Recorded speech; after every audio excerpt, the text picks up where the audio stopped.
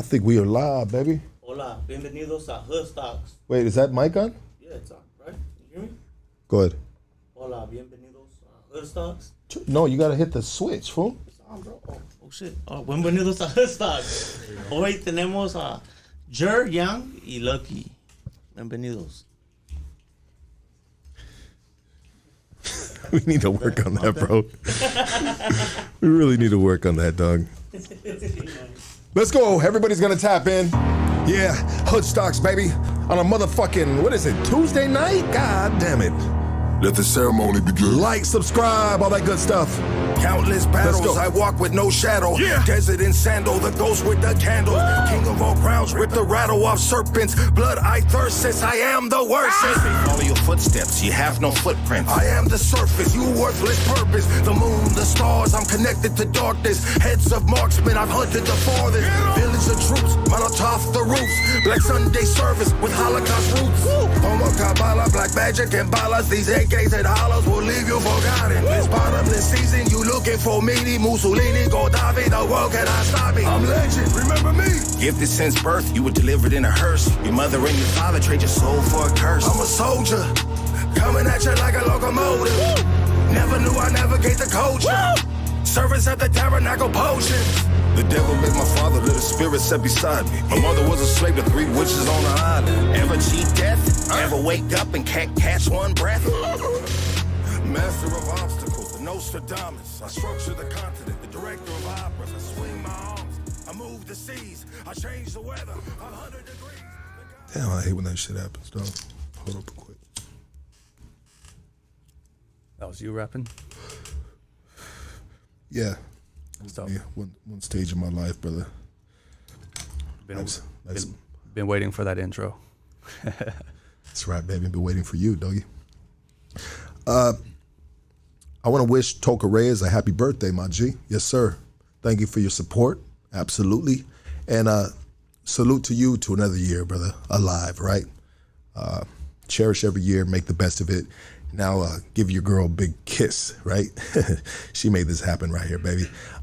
This evening's podcast is brought to you by attorney Nicholas Rosenberg. He is a certified specialist in criminal law and has represented many well-known music and film clients and is proud sponsors of rap concerts. He has been on Hood Stocks many times and is down for the culture. Yes, he is. Attorney Rosenberg is based in downtown Los Angeles and specializes in defending all strike offenses, firearm and gang allegations, and sales of controlled substances, strikes, guns, gangs, and drugs. Strikes, guns, gangs, drugs. That sounds like a hook or something right there, huh?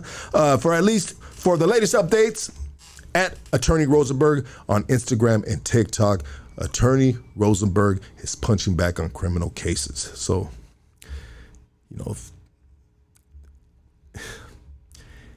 we cross that bridge if it ever gets there, and let's knock on wood and hope that it doesn't, right? You know what I mean?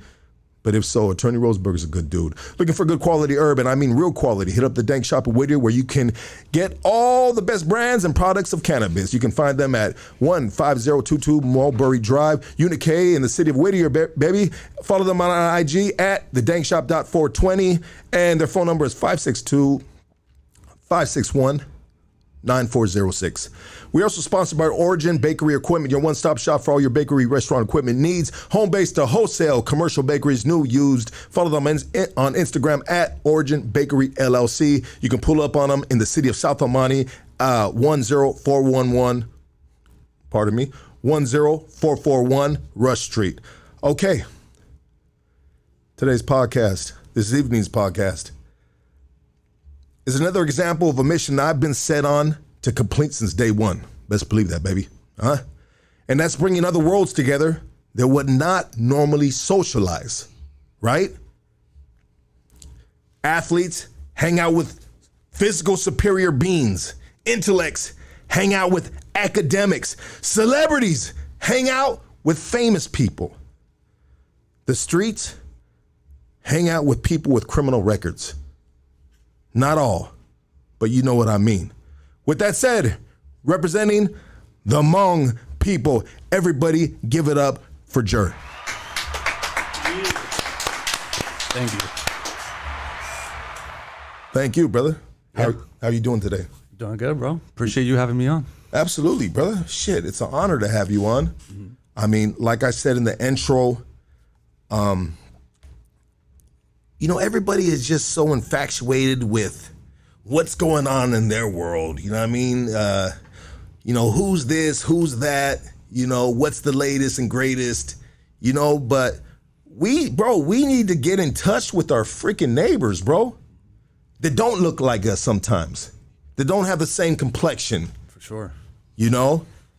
And I think that's important because I think if we make that connection, bro, and we have an understanding that, hey, these people may not look like we look or from the same ancestry, whatever, bro, but they're the same. We're all basically the same, bro, in a lot of ways. We all bleed the same color. Yo, let's go, baby. Homie's dropping bars already. This hasn't been rehearsed, I promise you guys. But you know, bro, it's an honor. I want to give a big shout out to Johnny. Johnny's in the building. Yes, Johnny, what is it again? The unscripted, what is it? Your Instagram? No Script Fellowship. You guys know Johnny, ex-watching, now minister. You know what I mean? He's in the building right now to enjoy just this great guest that we have right here. He's, you know, and we appreciate you, brother, for, you know, inspiring homie to come on the podcast, bro. You know, so thank you, Johnny, and we love you, brother. And we're all waiting, like I tell off air, you know, we're waiting for you to open up your church, doggy, because I will take my kids to your church, dog. That's on God, dog. Yeah. But how was the drive here? You came from San Diego. Yeah, man, it wasn't too bad for a Tuesday. I was just telling you earlier, Friday I drove up to NorCal, and it was like 3.5 hours just to get to this point in Commerce. So today it was 2.5 hours, so not too bad. Yeah. Yeah. No, absolutely, bro. You know what I mean? Like, shit, traffic is real around this camp, man. Yeah. It's true what they say about LA traffic. I've been in Northern California my whole life, so from the Central Valley, zero traffic. Yeah. Yeah. So it's a culture shock for sure. That's interesting, bro. You know, but I guess it makes sense. I mean, I'm sure San Francisco, though, there's probably a lot of traffic there, right? Any major city, you're going to find traffic, right? Yeah, for sure. You know, so what part are you originally from where there was no traffic? That made this a culture shock almost. So I was born and raised in Modesto, California. So that's like literally in the heart of the Central Valley. It's right by Stockton. Are you a Nate Diaz fan? I'm a fan because he's from the 209. His fighting style can be touched up on a little bit, but yeah, he's cool. He's got just like a wild fighting style. Like, yeah. I mean, if he didn't have a steel chin, that style would be in trouble a little bit, huh? Yeah, for sure. And he didn't have that, bro. Like, what was God thinking when He created that dude? You know, it was a zombie just coming at you. That's a zombie, bro. Yeah. That's almost. If anyone has ever been in a fight with somebody that's under the influence of PCP or methamphetamine, that would be. I think you can compare that to maybe being in a fight with Nate Diaz, bro. They don't go down; they just keep on coming. Yeah. You know. Only way to stop that guy is doctor. The doctor's got to stop the fight for all his bleeding and all that tissue he's got torn up in his face. It's crazy. Yeah. Or if you're on the streets, what else will stop that fight? Nothing. A fucking gun, homie. We don't promote violence, though, but I'm just saying, God damn it, you know? Yeah, that dude will not stop. He will make sure that when he does stop, you're done, you know? But anyways, talking to you prior to this interview right here, you said something that resonated with me because Johnny kind of told me the same thing in regards to the Asian culture as a whole. Kind of a tight-lipped community? Yeah, super tight-lipped. Like, me, for the audience watching and the Hmong people watching, they're probably super surprised that I'm up here, especially being a young buck in the Hmong community. Usually when, there's something going on, we look up to our elders. So we typically would want to see an OG or an elder representing whatever is going on. So it's doing this is probably a huge surprise to them. And so you had to you had to ask a little bit of permission to do this. Yeah, for sure. I had to check in with all the brothers, mainly just the older brothers, and then just kind of be a little discreet in terms of what we can talk about, what we can, and like you and Johnny said before, the Asian community, they're really secretive. They like to what they say save face. Save face. Yeah, save face. So anything that really goes on in the Hmong community, they keep that on the low. And so growing up in Modesto, was there a strong Hmong community right there? For a small period of time, there was, yeah. A very, very small time during my life living there too. Up until like the first grade, most of the Hmong people in Modesto, they all kind of dispersed. There was too much like tragic things going on. It was getting too hot there. So everyone just kind of went up north, Sacramento, went south, Fresno. Some even went to the Midwest, Minnesota. And that's actually where most of the Hmong people live, in Minnesota. Fucking Minnesota, dog. Yeah. The people from Minnesota have like an accent. I've heard people from Minnesota speak, and I hear an accent. I mean, you go to Texas, an accent, Alabama. There's all accents, but they have a kind of like just a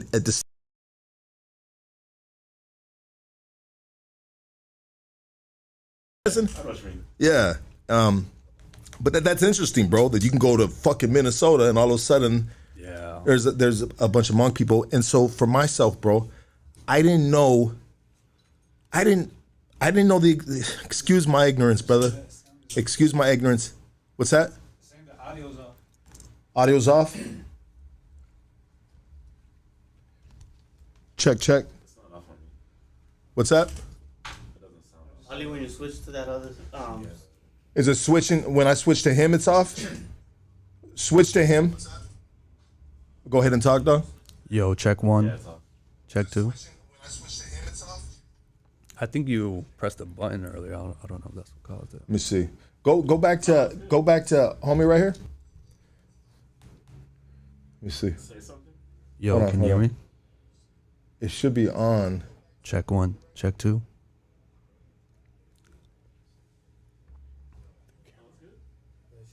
We good? Hello? Is it on right there? Yeah, there's something. Oh, so the top angle is off. Did you go to the top angle with mine? Okay, so that's off right there. That audio is off right there. Hold on, let me. Okay, so let's not use the top angle. Okay, can you guys hear it right there? All right, so you switched to my camera, right? Okay, yeah, and I'll fix that during break. And I didn't add an audio to that like a dumbass. Okay, but we're good. Good. Apologize about that, brother. You're good, bro. We got a new system right here, and we have a crew right here, and we're kind of working out different cameras, different buttons, so on and so forth. So we were talking about the Hmong people being out in Minnesota. Let's try to get back on track a little bit. Yeah. I hate when that happens because it kind of messes up the flow, but it's all good, bro. It's live and Trial and error, baby. yeah, trial and error, baby. Exactly. A lot of them moved to Minnesota. I mean, how was your upbringing? I mean, how do we start your story or your representation of speaking for the Hmong people so that's what I was saying. I was saying that before Johnny's, interview, bro, I didn't, excuse my ignorance, brother, but I didn't know there was such a thing as Hmong people. Yeah. You know? I mean, we know the basics, dog. You know what I mean? You know, we know beans, rice, carne asada. You know what I mean? Mexicans, black, white, Asians. Yeah. Excuse the fucking stupid analogy, but I'm just saying, like, right? Yeah. But when you dive deep into like any culture, if it's Latin culture, if it's over here, bro, there's just different ethnic, backgrounds, but the people may still look the same, right? Yeah, for sure. You know, so where do the Hmong people originate from? So first thing I want to say is to my Hmong people listening, and everyone listening, when it comes to the Hmong and the Hmong culture, everything's really in the gray area. There's nothing's ever black and white. And you'll see what I'm talking about as we kind of talk more. But to answer your question, the origin of Hmong people if you want to be really technical about it, it's actually unknown. And the furthest date we can originate our origin from our elder storytelling, things to us and what scientific evidence can show you, is we're actually we originated from northern China, in a region where the Yellow River resides. So from there, we moved southward, and if there's one word that I can describe, that I can use to describe Hmong people, it would be nomads. We were just nomadic people. We actually didn't have a country, so we got like no flag essentially. So we were just nomads moving place to place, just finding a place to settle. And but yeah, from all the storytelling and all the Hmong people will tell you, we originated from northern China in the Yellow River area. And then we eventually moved south and settled down to Southeast Asia. And even all the stuff in between to get down there, that's a whole different story too, which we can talk about. And so the Yellow River, bro, is that more of a desolate area where I had a Brown Lucci on here. He lives in Mexico, right? And we were talking about Chinese Mexicans that migrated to Mexico, bro. That's crazy.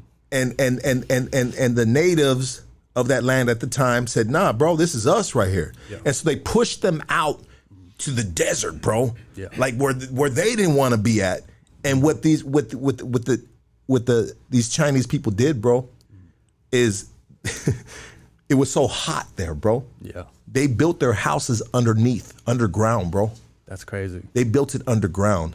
But it's crazy because you can go to Mexico right now, bro, and there's Chinese people out there that speak Spanish way better than any Mexican in LA speaks it, bro. Yeah. You know, honestly, it's amazing to me, bro. But so what I'm getting at, brother, is that kind of like a part of China, northern China, you said? Is that correct? Yeah. The Yellow River, bro. Is that a part where the Chinese people are like, "Hey, bro, you guys can have that stuff right there"? You know what I mean? Or is that just where you landed or where? Yeah, from what I know is that was one of the main areas where civilization started happening in China. So this is like, you're talking about like thousands of years back, like not even hundreds, like thousands of years back.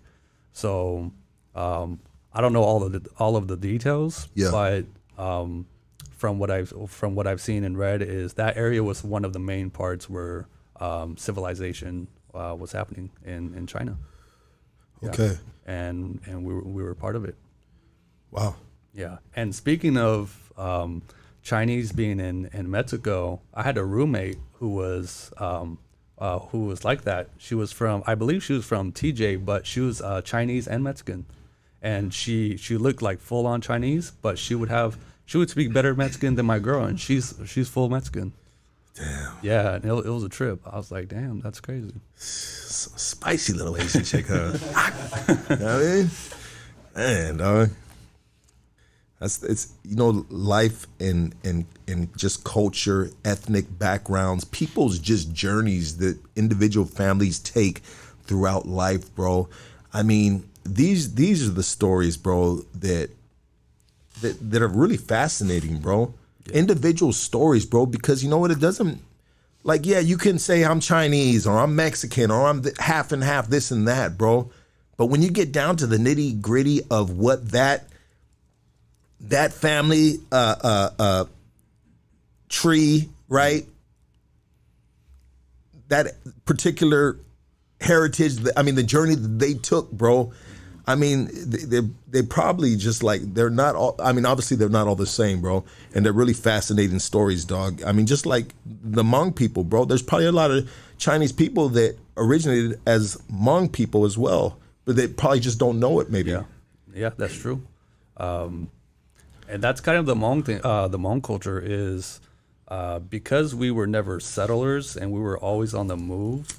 Our history was always like burnt away, and there's like a lot of genocide involved in between with our people, and a lot of that is what caused our kind of. That's why it's hard to find evidence on our people, and what you hear is just pure storytelling from your elders, from your parents. Your parents heard it from their parents, and so on and so forth. And this is why I say the Hmong culture, a lot of it is in the gray area, because as you know, when you storytell through generations, you talk about hundreds and thousands of generations or years, you know, information can get mixed, you know, there can be misinterpretations. So yeah. I mean, your lineage really has to be pure, bro, to be in the year 2022, bro, and still to be able to identify as the Hmong people, bro. Like, like your lineage, bro, married Hmong after Hmong after Hmong. Yeah. In order for that to get passed down to how old are you, brother? I'm 25. 25, brother. Yeah. I mean, you're in the prime time of your life, baby. You know what I mean? Here on Hood Stocks, baby. You know what I mean? Representing, doggy.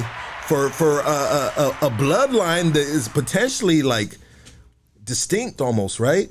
You know? Yeah. It's that was the way to survive, you know, just hold each other accountable and survive. That's what we were doing our whole life, you know. I feel like we still are to this day.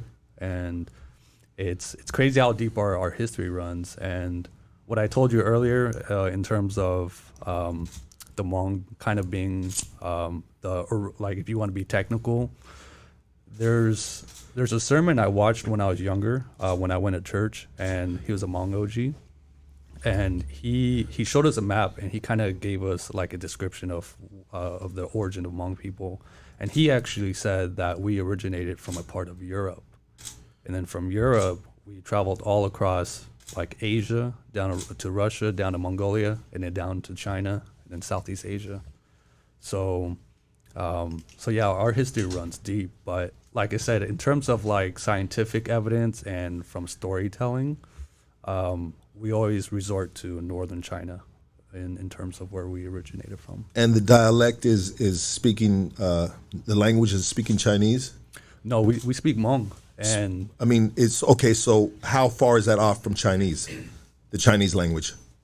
If I'm being honest, I'm not too sure, but I know throughout the years, throughout the centuries, we did adopt, like for example, we adopted the English alphabet, and a lot of that had to do with the French colonizing Southeast Asia, and we actually didn't.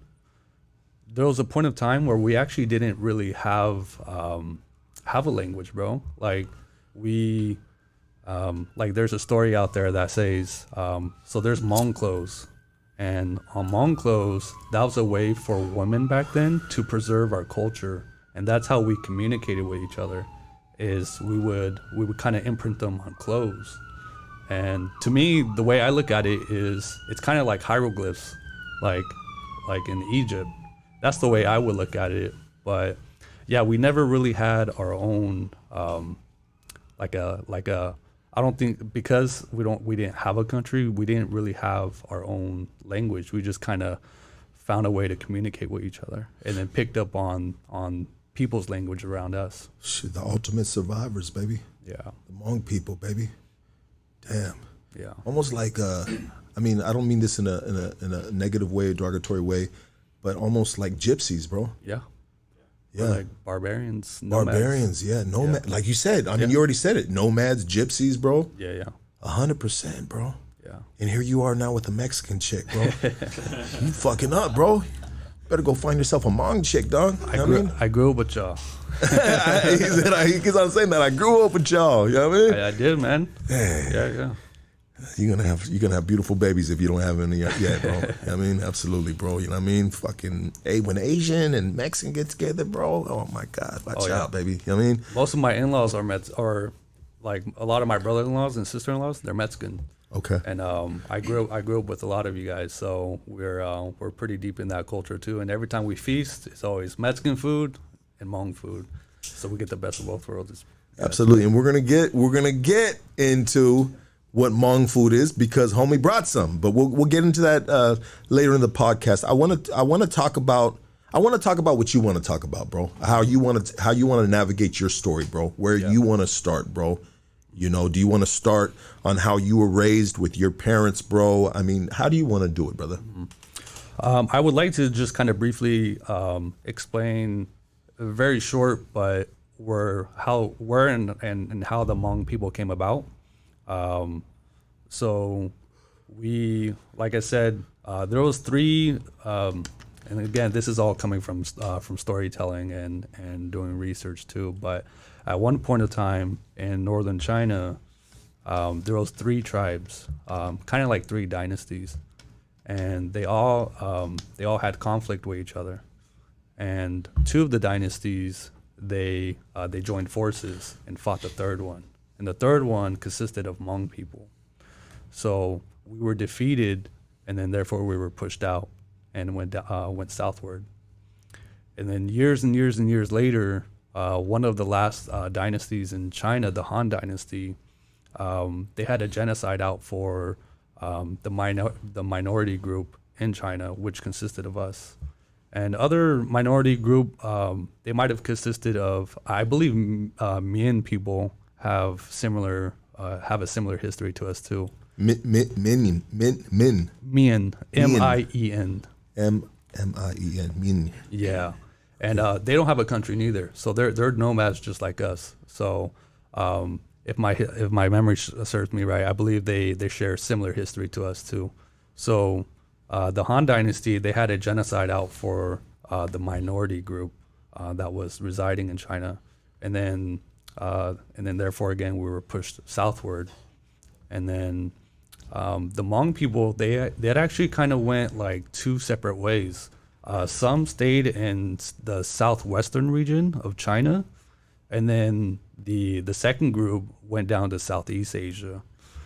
And then China, they described the minority group. They kind of used a umbrella term called Miao, M-I-A-O, Miao, and that's what they just kind of identified the like how you guys identify in the prison system others. Yeah. Like that was the Miao people, just the others, right? So disrespectful. Huh? Damn. Yeah. Yeah. No, absolutely, bro. It's really interesting. I mean, when we talk about genocide, I mean, you were talking about the Mien people. They were genociding on you guys to try to stop your reproduction in life, right? Yeah, I think at the end of the day, it's just all about, back then it was all about territory, right? Yeah, territory, power, Yeah. you know, absolutely, brother, absolutely. I mean, and what other beefs were there, or wars were within the Hmong people, and who else? Mm-hmm. I mean, was it with China, with Chinese people, native, if quote unquote native of the land, right? You know what I mean? Do you know of anything else that was kind of like trying to uproot your roots from moving forward in life and spreading, right? Yeah, for sure.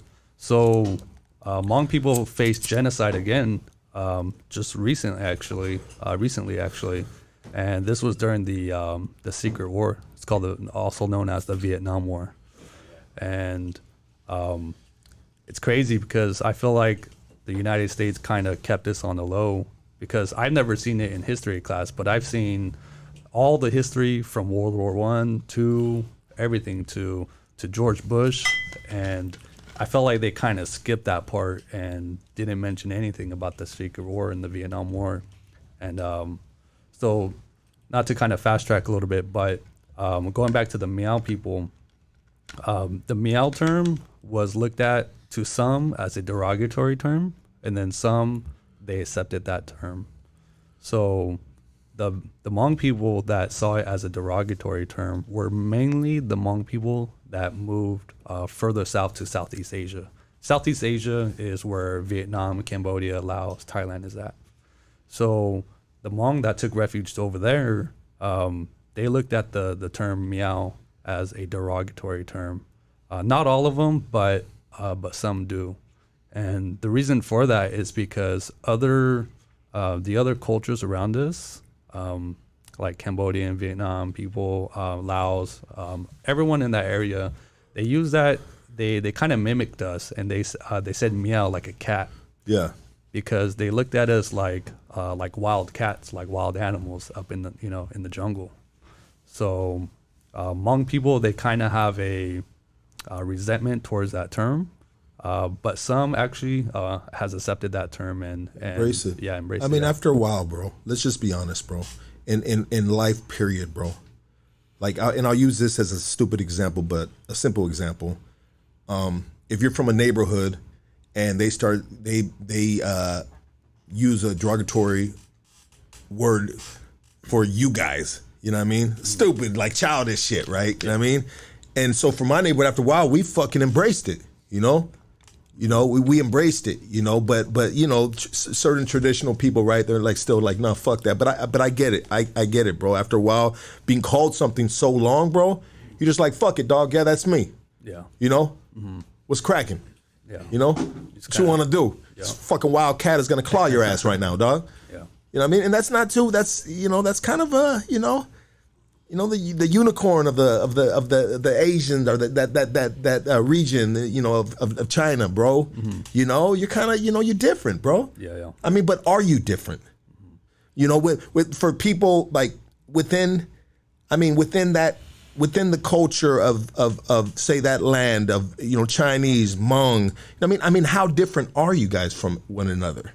Besides, I get it, bro. There's different lineages, there's a different language. I mean, but then again, you said you guys picked up your own language from just circulating, being nomads, right? Surviving, having to have communication with wherever the fuck you at, and it's almost created your own fucking language, right? Yeah. Excuse my language. Excuse my language. But it's just really interesting. But how different are you, bro? Honestly, I think the main difference is just like our beliefs.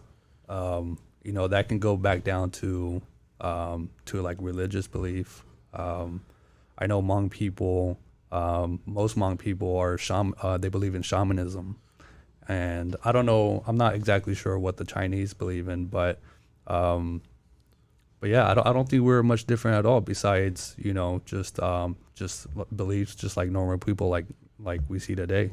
Yeah, and so shamanism, I know what a shaman is, So shamanism, would that be just an elder saying this is what life is, acting as an elder, a wise one, a shaman, right? Yeah. Would that be kind of interpret what the belief is, whatever that person is saying? Yeah. So I'll be honest, I'm not shamanism, and I never really grew up around it because I moved to the opposite side of town and away from Hmong people, which we will kind of talk about in a little bit. But Hmong people, it's kind of like the spirit world that they believe in, and there's shamanism. There's shamans that come do like rituals for us Hmong people, and they are looked at as like an elder, like a leader. But yeah, it's Hmong people. They believe in the spirit world, and they kind of worship their ancestors. So then you guys would really relate to, say, like maybe the Aztec culture. Yeah. Mayans, right? I think that indigenous natives, right? Yeah. They believe in the spirit world, if I'm correct, right? Yeah, that's really interesting. And so, what do you practice now? So I'm a Christian. Christian. Yeah, I'm Christian. Absolutely. Yeah. My dad was actually believed in shamanism at one point, but he converted to Christianity at one point in his life, and yeah. I mean, how do you still, like, if one is still with the old school belief system as shamanism, I mean, how does one practice that? Say like your dad, he converted, but before that, I mean, things were passed down to him. Do you know what? I mean, was there prayer involved? Was there, did you ever see any acts or any teachings that were, No, I've never seen it because when my dad converted to Christianity, I was barely born. Got you. So he converted in the late 90s, and I was born in 97. But I do, so obviously I'm still connected to other Hmong people and their shamanism. So whenever we go to life events, you see rituals that they do, and I can talk about that a little bit too, based off what I see and what I know. But yeah, a lot of the practices occur when there's like big life events, like when there's marriage or death, or Hmong New Year. Those are like the only big days that they celebrate. We don't really have any sort of like holidays. Like I don't even think we knew what Christmas was back in Southeast Asia, or a Thanksgiving. We just had a Hmong New Year, and then there was always a big gathering for marriages and when for funerals. Absolutely. So Hmong New Year, what would Hmong New Year consist of, and what is the origins behind it? Yeah. So Hmong New Year is, pretty similar to everyone's New Year, just kind of flipping the next page to the next chapter, and they celebrate the complete. They like to call it the completion of the harvest, because we were like farmers and we were just kind of thankful that we lived another year and ready to move on to the next, and then also to show respect to the ancestors and the spirits too, and then it's also kind of a time to mingle for like all the for everyone, and that's kind of a place where you kind of meet your potential future spouse. There's games that they would play to kind of interact. Like I vividly remember we used to have a Modesto Hmong New Year. And the crazy thing is, so we have these Hmong New Years wherever we're populated. So there's a Fresno Hmong New Year, a Sacramento Hmong New Year, a Merced Hmong New Year. And then they all happen on different weekends, most of them. So, people would be, Hmong people would be traveling on those weekends to celebrate. And there's this game they would play with a tennis ball, and they would just toss it to each other. And it's crazy because it's like, it's not exciting or anything, you know what I mean? It's like, it's not competitive whatsoever. But does it, like, if whoever drops it's got to marry the ugly bitch? How does that work, bro? You know what I mean?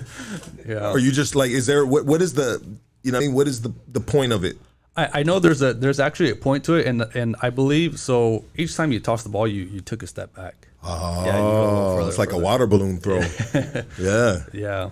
I know there is a meaning behind that, but if I'm being real, I totally, like, I was so removed from. I get you, bro. From that. Yeah. It's hard to remember, and again, I actually didn't like going to Hmong New Year's because people would get jumped all the time. Why? There was, the Hmong people, they have a big gang community too.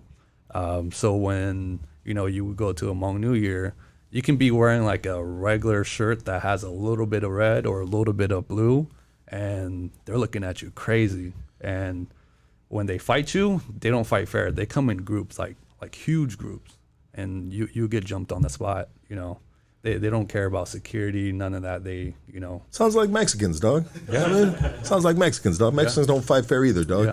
You know what I mean? There's power in the numbers, baby. Yeah, we're all pretty small too. I'm actually pretty big for a Hmong. Yeah, no. How tall are you, bro?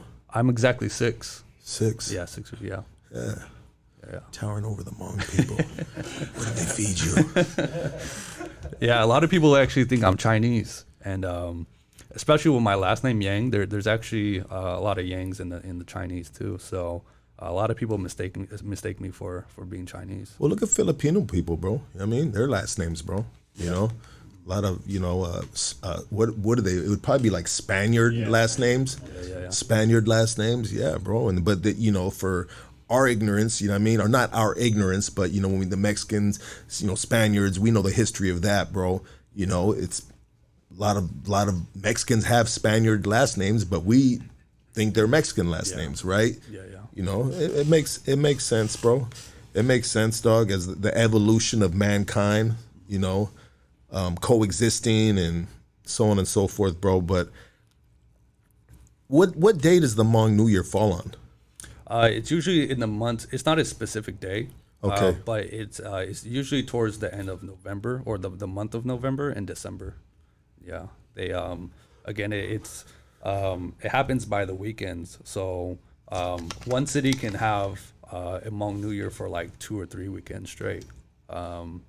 They go hard then, huh? They party hard. Yeah, it's a time for them to all come together. You know, Absolutely, no. It kind of reminds me of the flea market, to be honest. Like kind of like you know, they all come, bring their you know, their clothes and everything, try to sell it. They bring food, a lot of food trucks out there.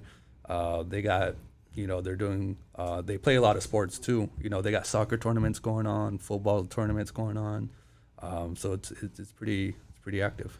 And so I don't mean to be all over the place, but back to the getting jumped, bro, if you got the wrong color on by the Hmong people. I mean, is there a lot of Crips and Bloods within some of these Hmong communities? Yeah, there is. Asian Crip, Hmong, excuse me. I mean Asian, right? Do you identify as Asian? Yeah. Okay. Yeah. So Asian Crips and Bloods, which, you know, if you've been in the prison system or if you got YouTube, right, you see that, you know, streets, right? The streets will show you that in certain areas. Yeah. Which is interesting, you know, but it's kind of like, damn, bro, it's Hmong New Year, bro, chill out. Yeah. I mean, we ain't gangbanging right here. Yeah, that's what I'm saying. We're trying to hook up, bro. You know what I mean? Trying to eat some good food. Yeah. About to cop that sweater over there, you know? Yeah.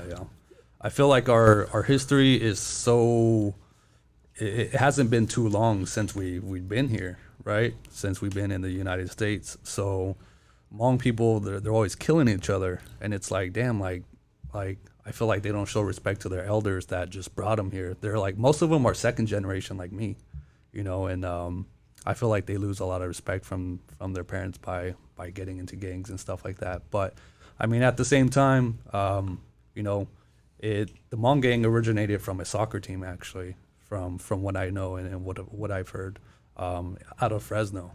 They were a soccer team, and then they would always they would get picked on. So from the other races, so they kind of created their own gang, and it started with the original name was Peace Peace MOD, and then later transitioned to MOD, Menace of Destruction. Menace of Destruction sounds like a fucking band, bro. Yeah. It's a crazy ass name, bro. And so that is the gang that there's two sides, Crips and Bloods. So. MODs are Bloods. Okay. Yeah. So they were the first, to my knowledge at least, they were the first gang that came out of California at least, in the Hmong community. Right. And from there was there's a story out there that says that there was some sort of conflict in between that group that had to do with a girl, and then never fails, doggy. Never fails. Always around. You know what, dog? Yeah. And I'm sure it's other things, you know, that happened, but from like I said, from the storytelling that I've heard and from what I've read, it came from a girl, and then from there they kind of split and then started making their own sets, and then from there it just kind of spread like wildfire. So you know what happened to that girl, bro, that started all this beef, right? During the beef, bro, she was crying. She was upset. Dude said, fuck that. I got that. I'm going to get that motherfucker, dog. And then both of these Hmong dudes, dog, they kill each other, bro. You know what I mean? And you know what happens to the girl, bro? Nothing. Yeah, she moves on to the next dude, bro. Yeah. You know what I mean?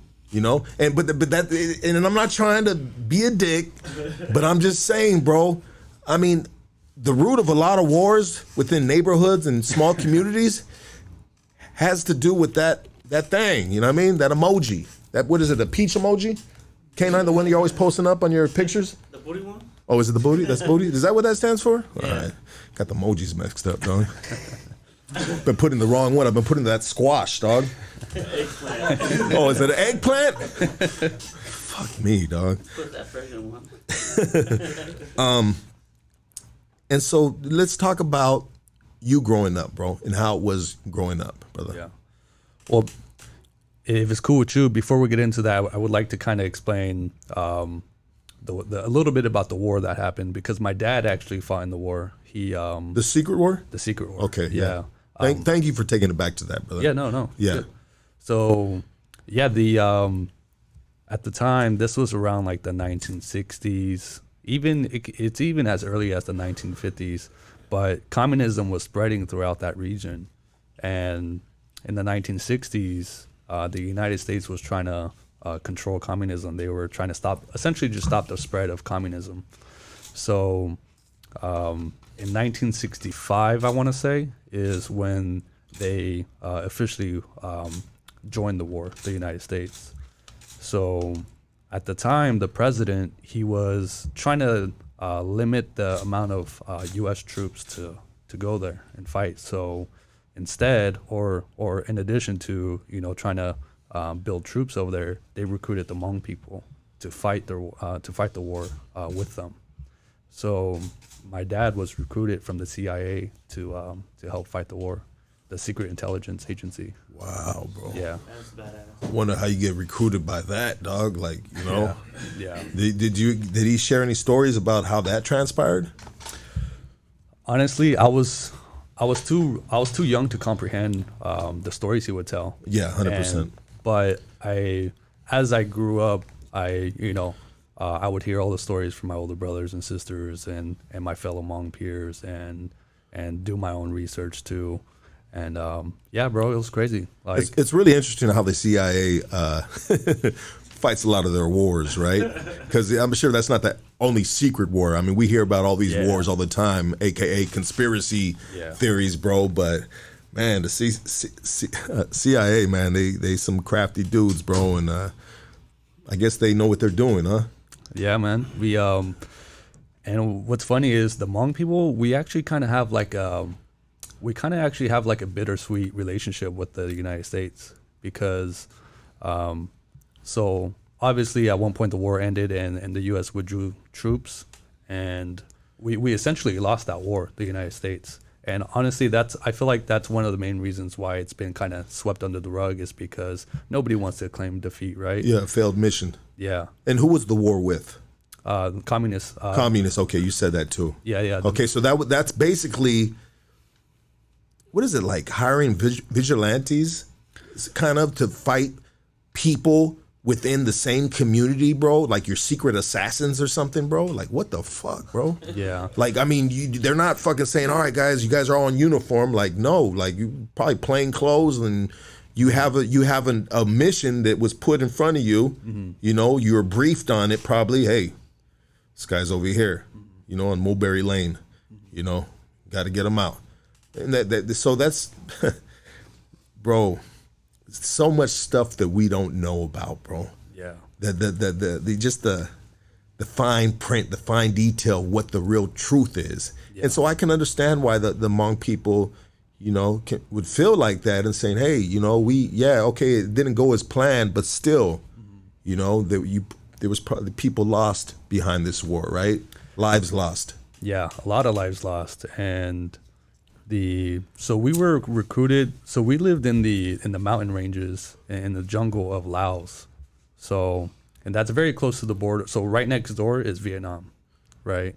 And so there's Vietnam, Laos, and then Thailand. Okay. So Vietnam was invading southwestward, just pretty much trying to claim that whole area of Southeast Asia. So the United States, they recruited us, and one of our, I think the three main missions that they set for us to do is to, one, block what's called the Ho Chi Minh Trail. That's a supply route that the Vietnam would use, the communists would use to transport weapons and an army and all that stuff.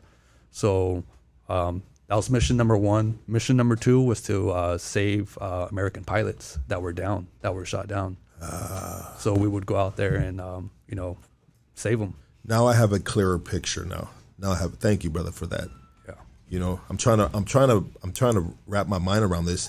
I was initially thinking that maybe we were fighting communism within the United States, but actually that makes a whole lot of sense of fighting it out there, Yeah. during that time. Hello, fucking Lucky, wake your ass up. Yeah. No, I mean, and back then it's all about territory, right? And it's like the United States just, they were competing with like the big dogs like France or like Russia and the big countries to maintain areas, because those countries are trying to, they have their own agenda too, right? And trying to claim territory. And it's kind of like how we help supply weapons to like Ukraine, for example. It's because we're trying to kind of stop the growth of something that we don't necessarily believe. You stop the growth of something that could potentially come against us, right? Invade our land. If you let these guys go and invade this other country, then they're going to get bigger. Their army's going to get bigger, right? I mean, it's easy math, right? Yeah. It makes sense. I mean, it's chess, not checkers, right? Yep. And there's so many of those wars that have been fought, secret wars, and swept under the rug throughout fucking history, bro. It's crazy. Which is freaking amazing, bro. And it's crazy, brother. So wow. I mean, where do we go from here, bro? So from there, I mean, like I said, we essentially lost that war. So, and I think the main reason is because of the demographic. Like, the United States didn't know how to fight in that landscape because we're at elevation and it was the jungle. They didn't know how to really navigate. And one of the other things the Hmong people did was they protected the radars that the United States built around the mountain ranges. And the radars were to help navigate the pilots. Yeah. So, and then also at the time, the United States were getting we were getting a lot of backlash for being involved in that war. So there was a lot of pressure on our government too. It's like, what are you doing down there? It's like, withdraw all our troops essentially. So in 1975, communists took over.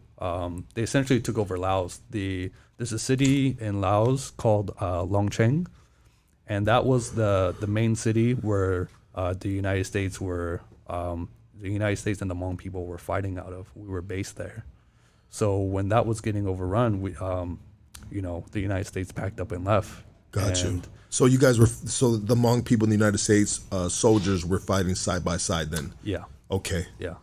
And my dad was like, from what I know, my dad was in the front lines, and he actually, growing up, he would always have like body aches, right? So he would ask us to like massage his back and whatever, and he always had a wound on his like back shoulder blade, and I never really knew what it was. And then I started asking my brothers and sisters, and then my mom, and she was like, "That's a grenade wound.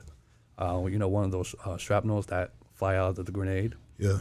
And my mom says that when he was still alive, so my dad passed away when I was 11, by the way, but when he was still alive, I guess the shrapnel was still in his shoulder blade. They couldn't remove it because if they did, I believe it was either internal bleeding he would suffer from or his bone would crack.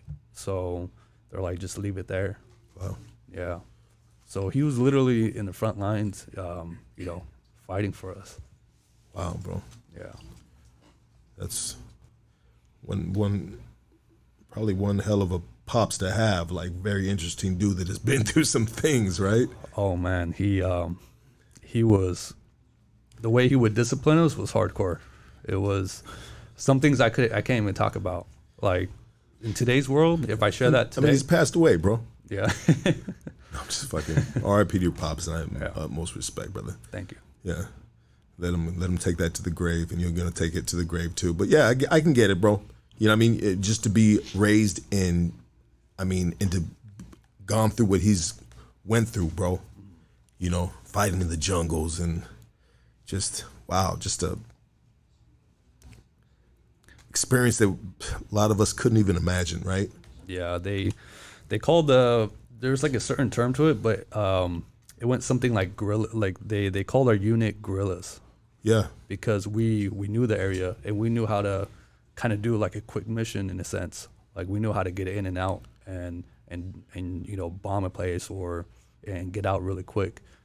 They call us the guerrillas. There's like two other words that go with it, but yeah, it was pretty guerrilla warfare, baby. Yeah.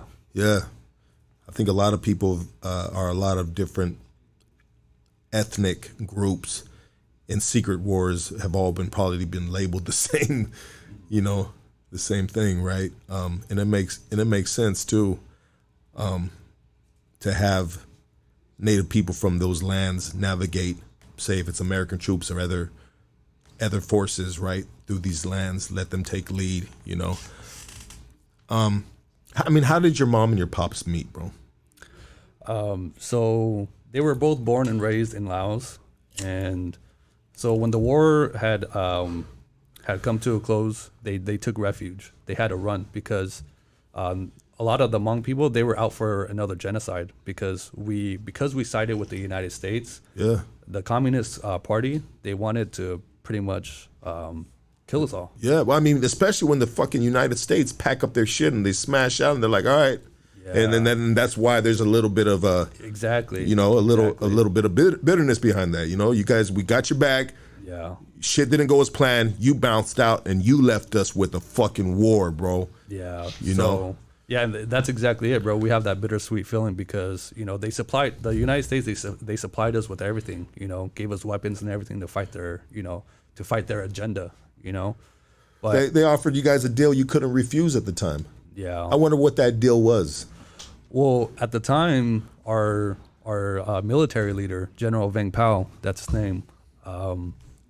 From what I've heard and what I've read, he kind of looked at this as an opportunity to educate the Hmong people. You know, he kind of used this opportunity to, you know, because they would come down, the United States, they would come down and give us, you know, education and train us to be, you know, soldiers. So in a way, he kind of looked at that as an opportunity to help us grow. And then at the same time, the Hmong people had different beliefs from the Communist Party anyway. So Because there was probably communists amongst the Hmong people as well. yeah, and some of the Hmong people sided with the Communists actually. Yeah. Yeah, so yeah, our military leader, he kind of looked at that as an opportunity. But then to this day, some Hmong people actually have a bittersweet relationship with feeling for our military leader too, because when they fled, the United States fled, only the top-ranking officers in the Hmong left with the United States, and then everyone else stayed behind, my dad included. God damn it. Yeah.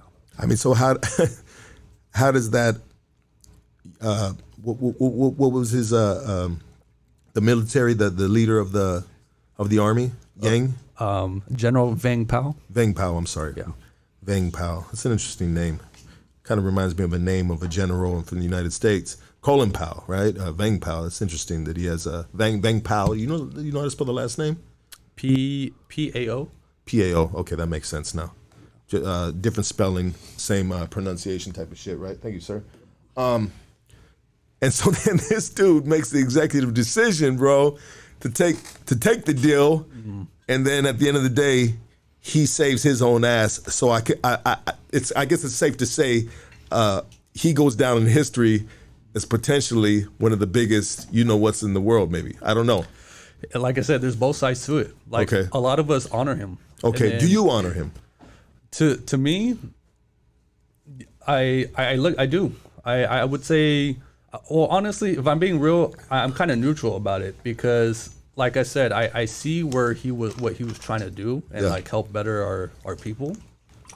And then some people might think like, oh, look where it led to. But at the same time, we didn't follow the beliefs of communists. So either way, they were going to evade and try to run us over. So at that point, it's kind of pick a side, right? No, 100%. So I'm actually neutral about it, and I'm actually okay with it. Yeah. I mean, at some point in life, we got to just, I mean, we're in 2022 now, right? You know, I mean, back in that time, you know, I'm sure if you asked those people that were going through it at a certain time, they'd have a more in-depth opinion about it. Yeah. Right. But here we are, you know, 25-year-old GER, just basically, you know, telling stories that you've heard. Right. Yeah. You know, and you know how sometimes those stories get when you pass them on from generation to generation, right? They get a little twisted up. And Yep. I mean, what is the strength of the Hmong people? Honestly, it's a good and bad thing. I would say our pride. We're very prideful people, and we I mean, history tells you, we stuck together and we survived this long, and we're nomads. And you think about it, thousands of years, and we're still here. You guys are bad motherfuckers, baby. Yeah. Yeah. Resilient. Yeah. A resilient race. Yeah. Small but strong. Yeah. Warriors. Yep. One thing about history, bro, and this is a history. I mean, it's somewhat of a history podcast right here, bro. It is. And it's I get sometimes, bro, history channels, bro. I'll go for the ride, baby. Yeah. And it's just it's inspiring, bro. I mean, because we learn from history, brother. Yeah. We learn, and I mean, history defines the future. Yep. I actually very enjoyed history class in grade school, and I think it's because of our upbringing and just kind of knowing that there's a lot of history with our people, and yeah, it was pretty cool. I think history, you're a lot closer to history class than I am. I'm 45, you're 25, so I can remember a little bit of history class, and it seemed like it was just like pilgrims and Indians. Yeah. I mean, I don't know what it is now. I have kids that are, getting closer to that, younger kids, and I have older kids too that I missed out on their history classes. Fortunately, bad decisions. But I'm sure history can be revised in a lot of different ways, bro, of it being taught, right? I mean, should history even be taught in a class, or should it be left up to parents, right? I mean, it's kind of interesting, bro. Maybe we can replace it with, money management. I don't know, bro. Finances. We for sure need that. That's that's something for sure we need in this world, and I wish we had in the grade school, because nobody teaches you about, like you said, finances or credit. Like, who knew about credit coming out of high school? Shit. Like, who knew about a 850 credit score coming out of high school? I'm not a big believer in our school system, in our education system. I think there's a lot of room for improvements on that. Yeah, there always is everywhere in life, What are the weaknesses of the Hmong people? Again, man, it's a double-edged sword, our pride. What you said, yeah, exactly. It's, sometimes, to this day, I feel like it gets the best of us sometimes, and I feel like our pride puts a ceiling on our head. It doesn't let us grow, And I think that coincides across the board with all races, right? Pride, I'm this, I'm that. Yeah. I come from, my pops fought in the fucking jungle, the guerrilla warfare, you know what I mean? Yeah. You're not gonna, it's just, pride can sometimes be confused, can be ignorance, right? Yeah. The detriment to oneself, pride, right? Yep. This shit is really crazy, bro. So how was it for you growing up? Yeah. So it was a roller coaster, bro.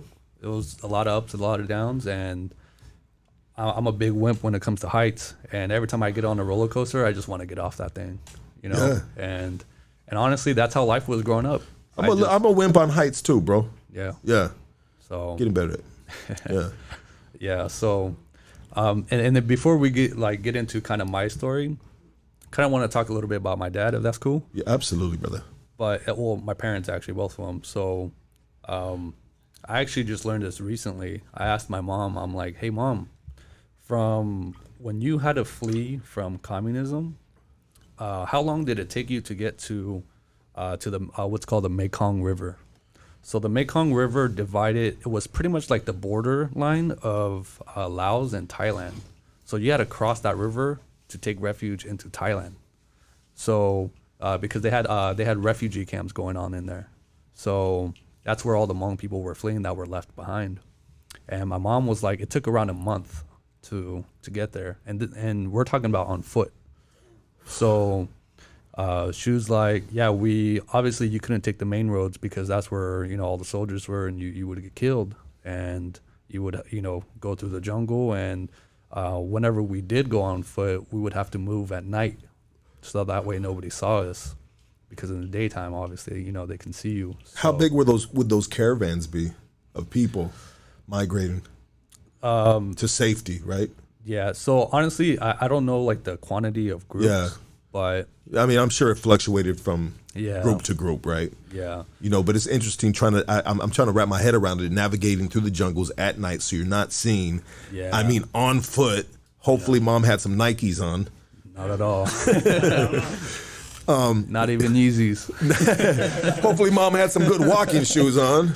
No, bro. Can you imagine, bro? Fucking god damn it, dog. Yeah, I was actually on a hike a couple weeks ago with my girl, and she's all gassed out and tired, and like we went through this little terrain where we kind of lost sight of the sun a little bit because there was a lot of like bushes, and I'm not gonna lie, I was pretty tired too. And then the first thing I thought about was my parents. Yeah. I was like, damn, I'm tripping off this less than a mile hike, and my parents were going miles, bro, and like in the dark. And my mom would say too, she's like, yeah, we had to look out for the tigers because they had tigers there. So like obviously you can get eaten. So and then obviously over there they got a whole bunch of poisonous freaking animals and bugs and stuff. So I was like, so when I was on the hike, I was like, man, this ain't nothing. Well, it's probably a psychological thing for your girl too, bro, because she's got some nice comfortable shoes on. She's got a backpack with a water thing. She looks over at you. You're barefoot with a banana leaf on your dick. You know what I mean, dog? That's just like you're fucking her up, bro. You know what I mean? It's like, what the fuck? This motherfucker, does your feet hurt? You're like, Hmong. Yeah. Fucking Mexican. Yeah. So we're pretty similar in that way. We're like, you know how the Mexicans, they try to get smuggled into the United States. Like same thing with us, bro. Like when we got to that river, so keep in mind we were mountain people, right? So in the mountains there was no like water, so we didn't know how to swim. So to cross that river, you either had to get smuggled across. Some Hmong people try to build their own boats with like bamboo. And then there's a lot of stories where those boats fell apart and they drowned and died. Wow. And my mom, I actually learned this just this past weekend actually when I went to go visit her. She was like, I asked her, I was like, Mom, like how did you cross the Mekong River? And she was like, there was Thai people waiting there, people from Thailand, and they were nice and they helped us. They let us get on their boat to cross. And then she was like, when we crossed, they held us at gunpoint. And then they robbed us of all of our belongings. They put us on one side of the boat, and then they stripped us of everything, all our bags that we brought. And then she was like, yeah, if anybody was wearing like nice jewelry or, watch or anything. Hmong people, they carried a lot of silver bars. That was kind of like their money. Yeah, their currency. Yeah, their currency. Yeah. So they would steal that too. They would steal everything. And then once they got everything, they're like, all right, get off. You're good, And then at the time, I would imagine my mom and everything were just like, well, screw it. We made it across. Yeah, damn, bro. I was gonna ask you after this if you wanted to go to this one Thai restaurant down the street after this, bro. You probably don't need Thai food after that fucking story, huh? I love Thai food. Oh, okay. I'm just fucking with you, dog. Shout out to Thai people. Yeah, shout out to Thai people. We a little dry on the humor right here, man, the shit people do, man, in those such grueling conditions of survival, even if it goes against everything you maybe believe, but at the same time, when it comes to survival, bro, that all goes out the freaking, I was gonna say window, but back then that would probably go out the down the river, right? Downstream. Down the stream. It's all down the stream, bro.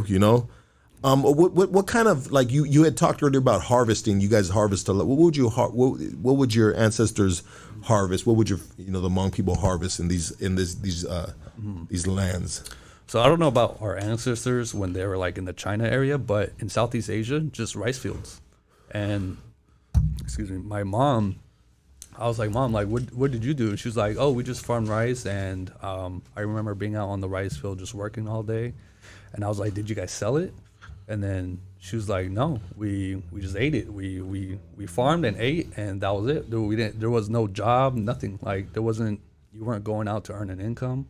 you were just literally surviving, like just farming eating what you farm, and then that's it. And it was very primitive. Like there wasn't no glass window. You know, it was all like just wood that they built houses. Because like I said, we're up in the mountains. We're like a village.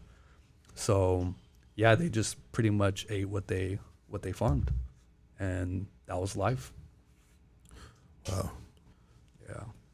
I mean, did she ever talk about any animals in that terrain that were, you know, like, you know, right, meat?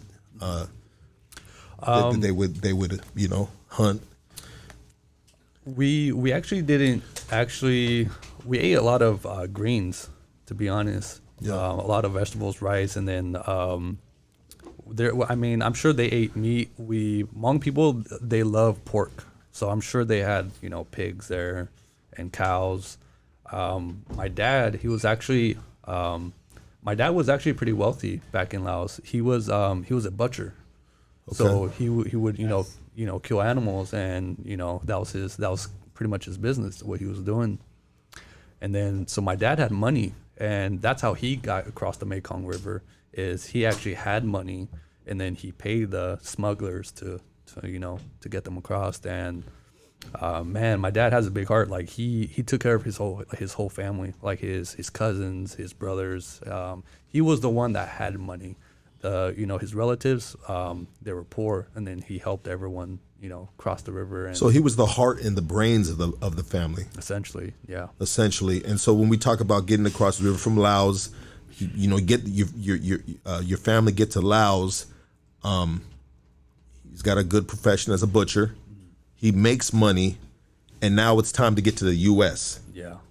And so to get to the U.S., you know, good thing he had money, and so he paid smugglers to smuggle his family, his immediate family, To Thailand, yeah. to Thailand. Some stayed, and then some left. And this is where you talked about when they, at the end of they get on the boat, and then they would rob. Yeah. Yep. Okay. So he would pay those exact smugglers. Okay, and so Yeah. then you get to Thailand, and then, you know, you start a whole new life in Thailand.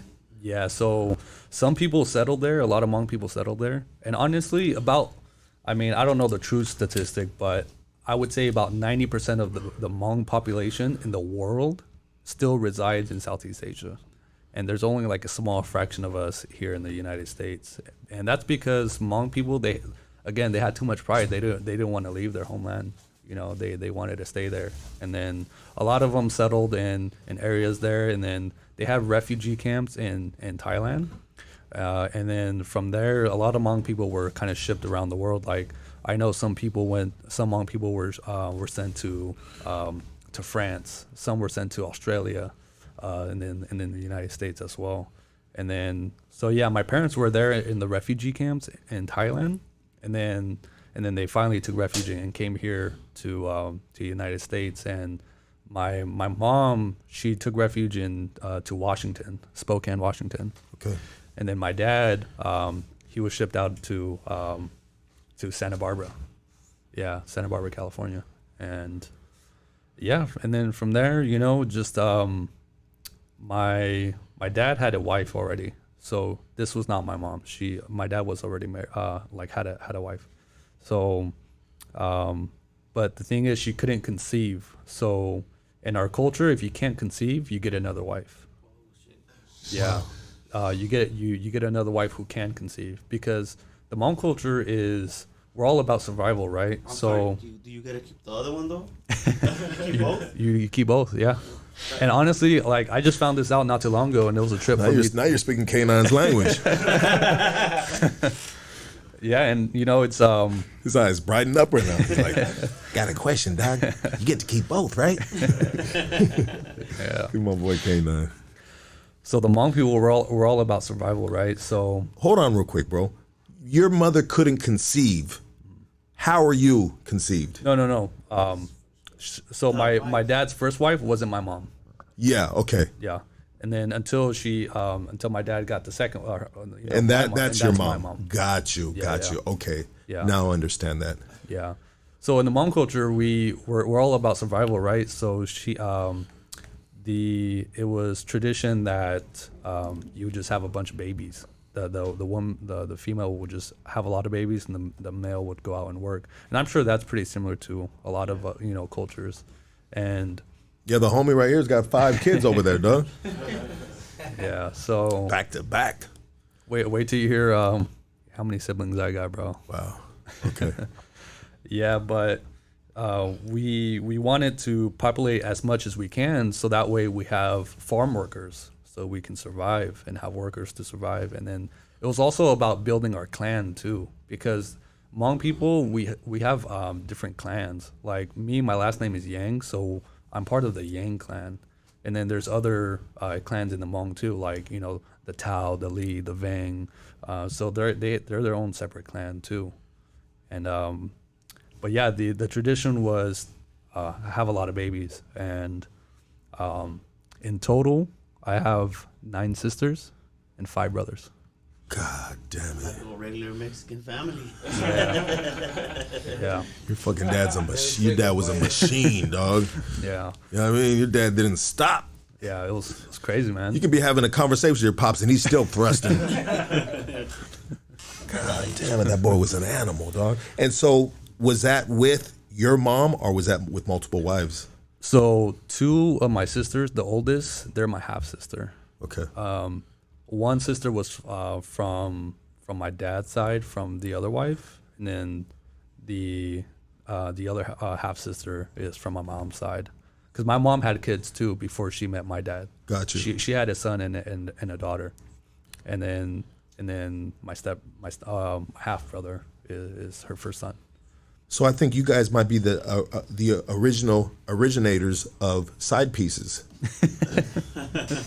Sorry about that, guys. Fucking ruining this history fucking lesson right here. That's wow, bro. So are you in contact with all your siblings? Yeah, I am. We've actually grown over the years to keep a bond because our dad passed away. But it's cool. Yeah, we have a family chat. We're always texting each other every day. Just kind of bullshitting. That's a big ass chat, bro. Yeah, it's huge. You know what, bro? If I was a part of your family, I would always disappear around Christmas, dog. You know what I'm saying? Because I just can't afford it, dog. Yeah. I mean, I love you guys, but Oh man, I'm sending out everybody emojis for Christmas presents.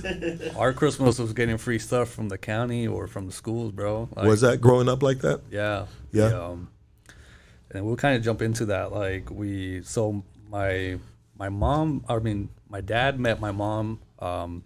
He went up north to Washington to marry her, and then brought her down to Santa Barbara, and then from Santa Barbara they moved to Merced, California. Gotcha. And then from there we jumped to Modesto, California, and then Modesto is where we pretty much put our roots down, and most of us were born there. I was born there, and having such a big family, we were dirt poor, bro. Like we were living like super poor. What is dirt poor? Like on welfare, cockroaches running everywhere inside your house, rats, mouse, and barely any food. Wow. How many at this point in time? How many siblings are underneath the same roof? So at one point, most of us was actually in the same roof, bro, believe it or not. And we were living in a 2-bedroom at the time. And I think at that time, when I was born, and I remember this, is so I believe the only people that was out the house was my half siblings. All my half siblings were out the house, and they were kind of already married or out doing their thing. And then the rest of us were living in a 2-bedroom house, 2-bedroom, 1-bath house. And I remember in the living room floor, we would sleep shoulder to shoulder, like next to each other, because there wasn't enough room for everybody.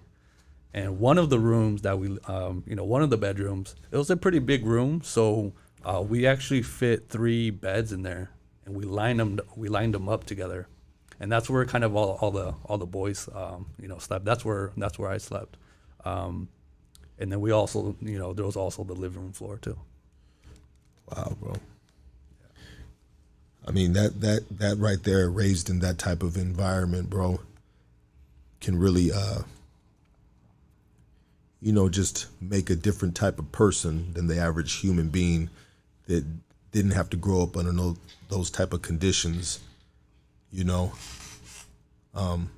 very appreciative to probably what you have now. Oh, yeah. Looking back, I mean, what was your thought process back then living like that? I mean, why were you living like that?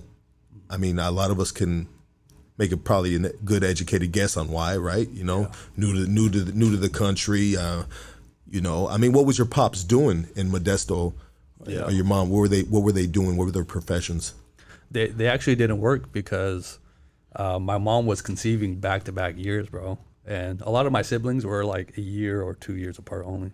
Yeah. And so she was doing that, and then my dad had health issues, so he was disabled. So we were living off welfare. Yeah. Food stamps, and there was a lot of like betrayal, hatred, and resentment. That we grew up with, and my dad too. And for resentment towards. I have to be limited on this part, but just the people around us. We were, my dad was uneducated. He didn't speak a lick of English. He couldn't even speak one word. And so he didn't even know how to drive. None of that. And then even getting on welfare, that was a challenge. Undocumented, right? Yeah, exactly. Yeah. And so yeah, there was this story that my brother always tells me.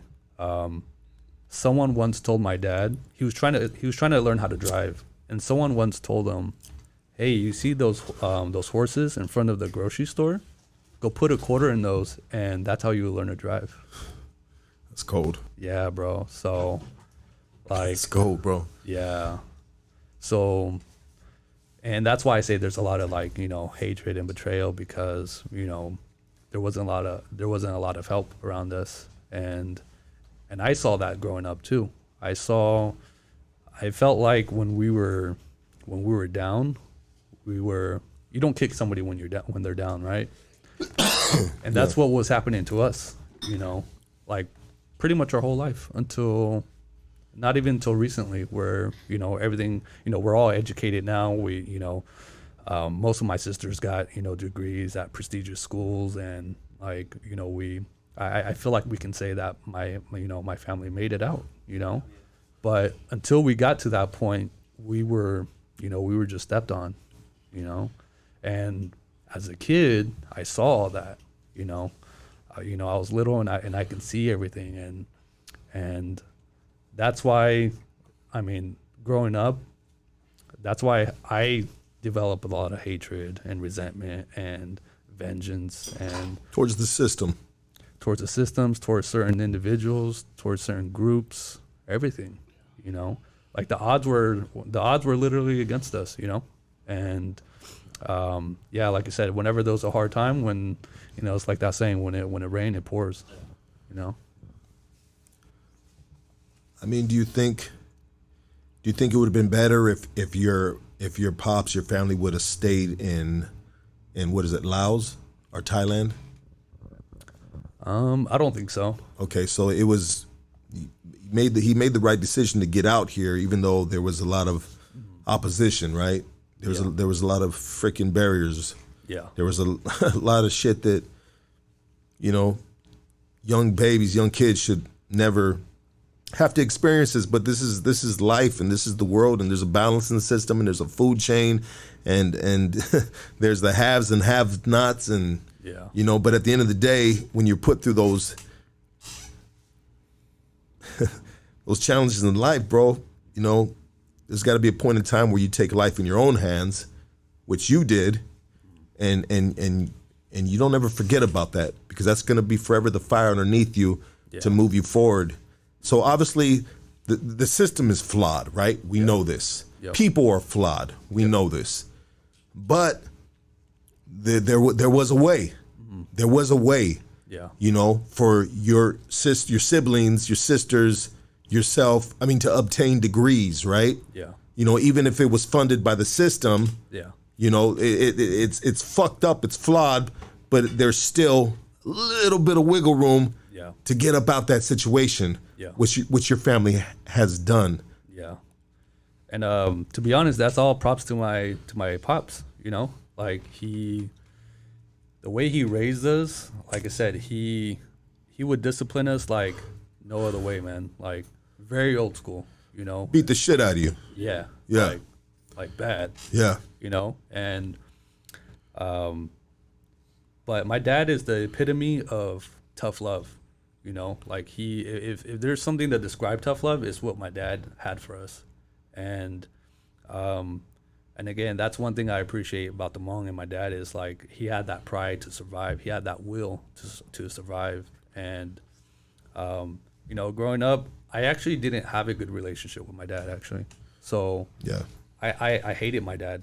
I would cuss him out. I would run away. Was he an alcoholic? No. No substances. No substances. He was just.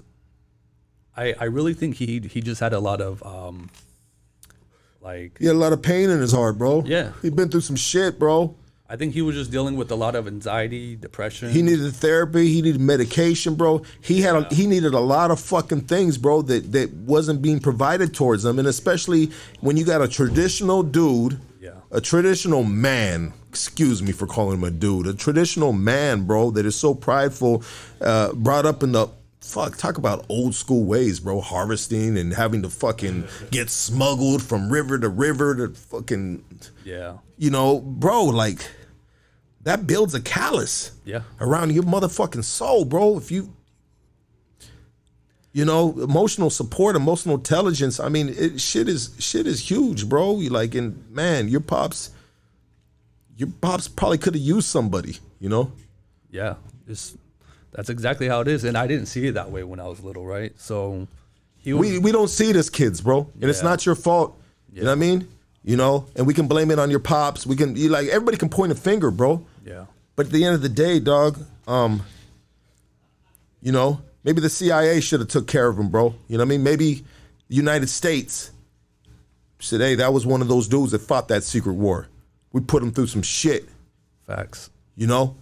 Let's make sure we take care of this man that was fighting alongside American troops for the secret war, the benefit of the United States. Mm. And honestly, that's kind of, like I said. But we do that to our own people, bro. Yeah. Our own soldiers, bro. Mm-hmm. A lot of them are suffering. I don't mean to cut you off, bro, but just speaking on that, bro. Mm-hmm. There's a lot of our soldiers, bro, that go fight these wars for us, secret wars, agendas, all for the benefit of the United States, supposedly the people of the United States, right? Whatever. I mean, there's a reason why. They the United States the most powerful country because they gotta make these moves, bro. It's a dirty game, y'all, right? Yeah. You know, and unfortunately, your pops was a pawn in the big scheme of that time, and he suffered from it, bro. And then he, you know, eventually took it out on his fucking kids, bro. Yeah, bro. You know, like, hey, bro, like you beating the fuck out of me. I dropped my plate, you know, food, you know. That's exactly how it is. Like we were all walking on eggshells, bro. Like if we were like just a tiny bit loud, yelling at us, beating, you know, chasing us, you know, like everything had to be to a T to him, to his standard, you know. And to be honest, when I think about it, I think he just really wanted peace, like just some quietness, you know. And like imagine having this big of a family and trying to raise them, and keep in mind we're all just kids, right? So we're rowdy as hell, and I for sure know I was, you know, like I remember just cussing them out, running and doing whatever the hell I wanted. Yeah. And you know, he was all kind of fucked up, so you would just be like, man, fuck you, bitch, and fucking spin around across the room, dodge him, you know what I mean? I was just, you know, adding fuel to the flame, you know, and kind of what you were saying, with you know, providing us something because we fought, you know, in the war. It's crazy because if you think about it, if you play out the scenario, let's say a Hmong soldier, one of our main missions were to save the pilots, American pilots. Yes. Say he goes saves them, and they both come to the United States, and he's all, you know, they're both beat up.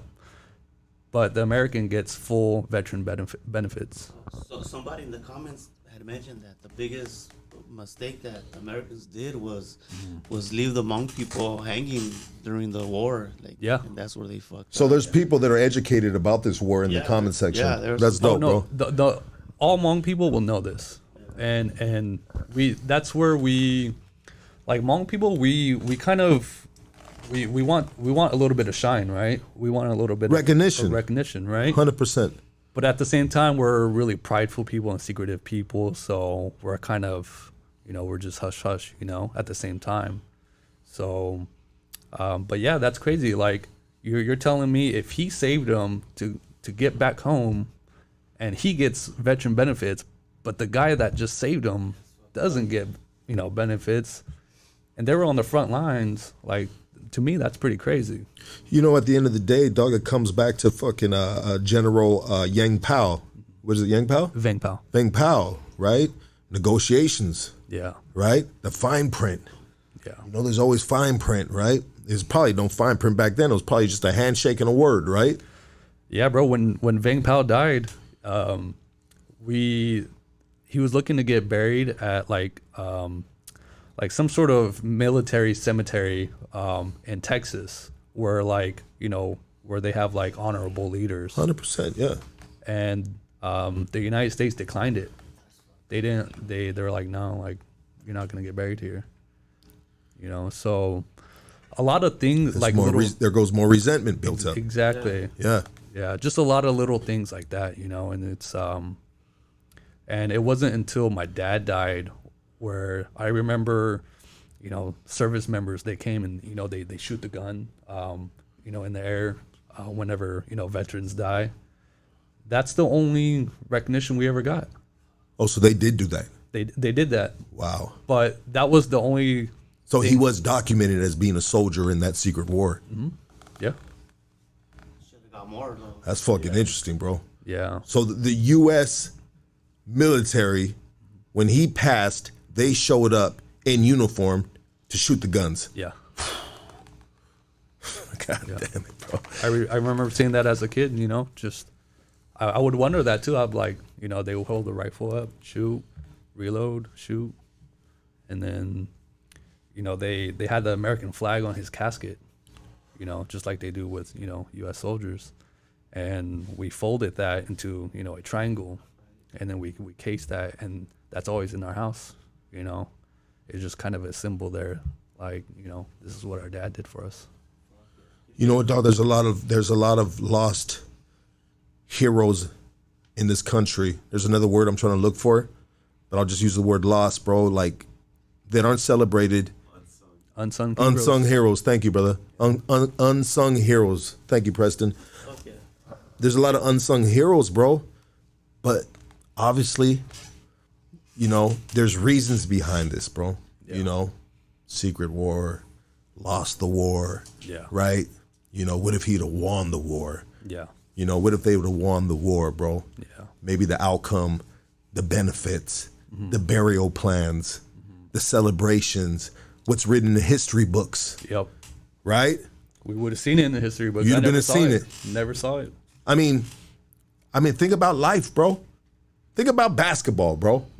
What's celebrated? Not lost games, Yeah. And even if they were hard-fought games Yeah. from the opponent, bro, it fucking, and they Lakers beat them by 1 point, Yeah. right? That's all that matters. The Lakers. Doesn't matter how hard you fought, almost got it, but you didn't get it. Yep. So you go down in history, forgotten, and with that L for the ones that do remember. Yeah. I think it's just the way the world spins, baby. You know what I mean? It's just life, dog. Yeah. It's life. But what we do right here, though, bro, at Hoodstocks is a little different, dog. Yeah. We celebrate losses because with losses come lessons, bro. Facts. So with your father's loss and your people's loss, bro, that comes lessons, bro. Yeah. Check it out, bro. When my neighborhood got gentrified, bro, you know whose fault that was, bro? It wasn't the gentrifier's fault. It was the people in my neighborhood's fault for not digging their roots deep enough in the soil, bro. Yeah. And being renters, bro, instead of owners, bro, because the owners all of a sudden had a lottery ticket in my neighborhood. Their house went from fucking $300,000 to fucking now down $1 million, bro. Yep. Right. You know what I mean? You know? So life is about lessons. So back to history. Facts. History's the lesson of what not to do or what to do. Right. You know? And obviously you guys have learned from that. Your siblings, yourself have learned from that. What are you doing now, brother? Yeah. So I'm just a regular person. I'm just a regular dude, man. And It's all good. You work at Starbucks. It's all good, dog. I do credit repair. Oh, So, damn, dog. Why all the Asian brothers know how to fix your credit? so I help people fix their credit that are mainly people that are trying to, buy a house, get home ownership, help them fix their credit, educate them a little bit, and then send them on their way. You know what, dog? Our Armenian will steal the credit, and then the Asian will fix the credit, dog. They're going to clip that right now and crucify me over that shit, dog. You know what I mean? God damn it, dog. No, that's dope, bro. That's okay, dope. Ape. That's important. What's that, dog? It's okay, Ape. Yeah, it's all good to all my apes out there, doggy. Need one of you guys on. Stop playing. Holla at your boy. Just being a regular dude, like you could have really turned out. Did any of your brothers and sisters like turn out to be just like some crazy ass fools from just fucking pops?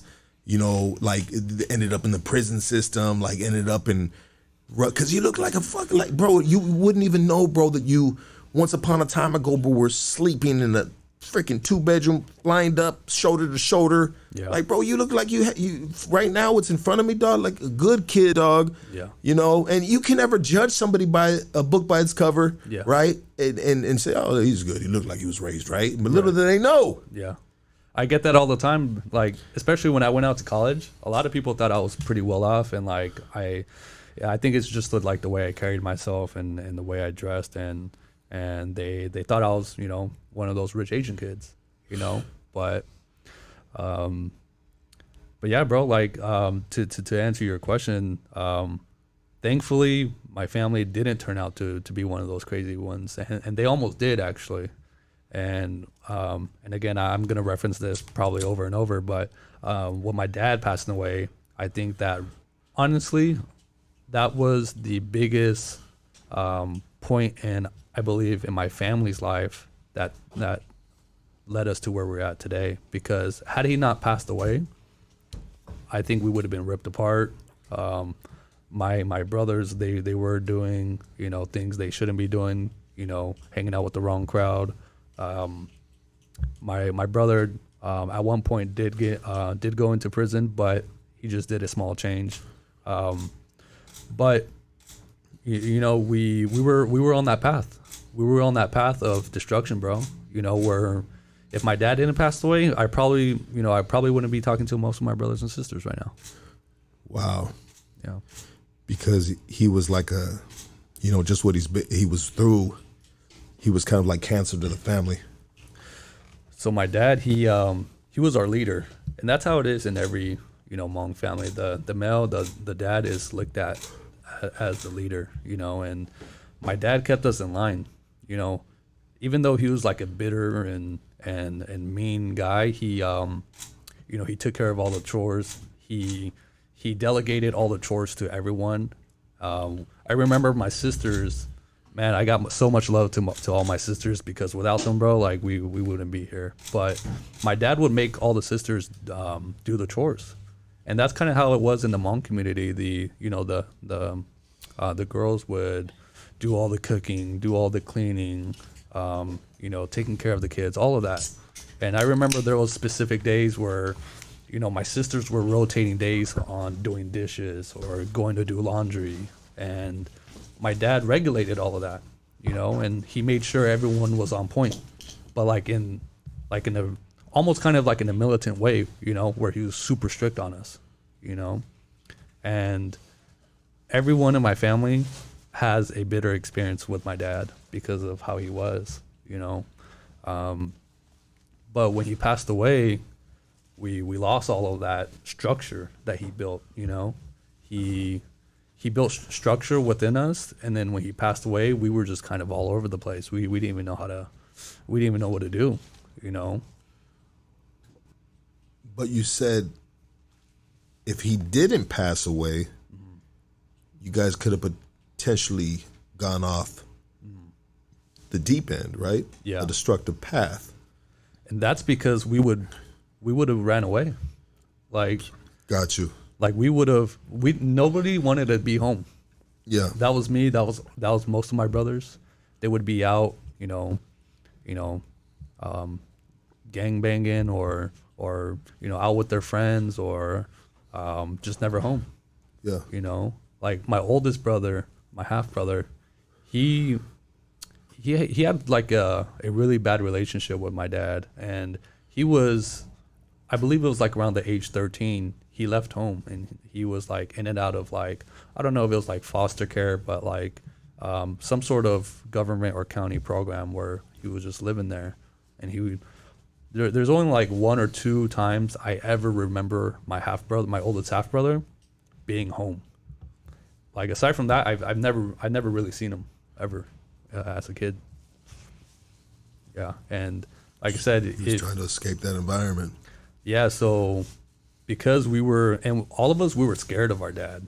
That's why we didn't want to be home. We didn't want to get whooped. We didn't want to get disciplined. We didn't want to, do chores. None of that. I mean, what was your mom's position in this when he's doing this? What is your mom? I know she's birthing babies back to back. I mean, she's busy caring for her kids, but I mean, in the Hmong community, you said that the man is the leader, Yeah. but does the woman, the significant other, have any pull in the structure or the direction that the family goes, or when you're getting in trouble, hey, leave that dude alone. He's good. He's just a kid. He's 5 years old. Let him be. Yeah, sometimes my mom would look after us, but most of the time she just had it tolerated, if I'm being honest. But there were times where it like enough was enough, and there was actually a time where when I was a baby, she took me and one of my other sisters, and then she left back to Washington to, I wouldn't say visit, but things were getting bad, and she left. She just wasn't dealing with it, and then obviously eventually came back. But yeah, my mom would. When she left the kids with Pops? Yeah, but she took me and my sister with my mom took me and one of my sisters with her. Why did she take you and just one of the sisters? Were you the youngest, or were you just the favorite? Honestly, I think it's because we were more disciplined from our dad. Like, I think we were the more disciplined, if I'm being honest. The better kids, the more. No. Not the better kids, but the more, like you said, disciplined. So that So we were the more like beat ones, like me and my sister. Yeah. I got you. So my mom took us. Yeah. That's what I believe, and I mean, obviously I don't know if my mom really, she didn't never told me, but I believe that's the reason why, because my sister that left, she had similar experiences too, and so my mom would look out for us like that. Why were you more disciplined than your other siblings? Honestly, I don't know what it was with me. I was just Rambunctious kid. bro. I was a menace, just running all over the place. Like I just wanted all the smoke. You needed some of that ADHD medicine, bro. You know what I mean? Yeah, I remember there was a time where You need a little smoke blown in your face. Calm your ass down. Yeah, I was always just, I was a rowdy one. And so growing up with that many kids, I know we're kind of bouncing all over the place, bro. Sometimes it's a structureless podcast and we conversating. But when you're living with that many kids and now you're in the United States, the richest country in the world, right? One of the richest countries in the world, living in Modesto, 2-bedroom house, 1 fucking bathroom. I mean, we got to talk about that bathroom in a minute, bro. You know what I mean? How do you eat? Is there a chow line? I mean, does everybody got a tray? and walk through a line and get a little, I mean, what are we eating, bro, during this time? I mean, you're on welfare, so you got the food stamps, baby. You know what I mean? You got some Twinkies in the shit. You know what I mean? You got some, you got some goodies, baby. You know what I mean? You ever go into a house and it's just packed with food, dog? You know they got EBT, baby. Yep. You know what I mean? Yep. Because I think rich people don't even keep food like that, bro. Yeah. I don't even think they pack their house, even though they might have like pantries you can walk in and some, certain items they got right there that they need to have, but storage is with fucking food that would probably last them forever. Well, no, that's good you brought that up, K9, because probably in like certain landscapes, countries, backwoods type of places where they do a lot of hunting, they got fucking, they got meat, in big freezers and stuff, bro, that's gonna last them, right? If we're in Alaska or some shit like that, or just those type of those type of terrains, not the city life, right? Yeah. But anyways, back to what I was asking you, brother. What was on the menu? Breakfast, lunch, dinner, bro. What are we eating, brother, during these times? Do you remember? Yeah, so we would grocery shop. We were on ABT, but we would just buy, essential things. We never really had, the good stuff, the thing that the kid always wanted, going to the grocery store, getting this item. It was never like that, It was, my dad would pick out all the stuff and damn, so he would he do the shopping, or would he send the list with mom to do the shopping of what he wanted her to get?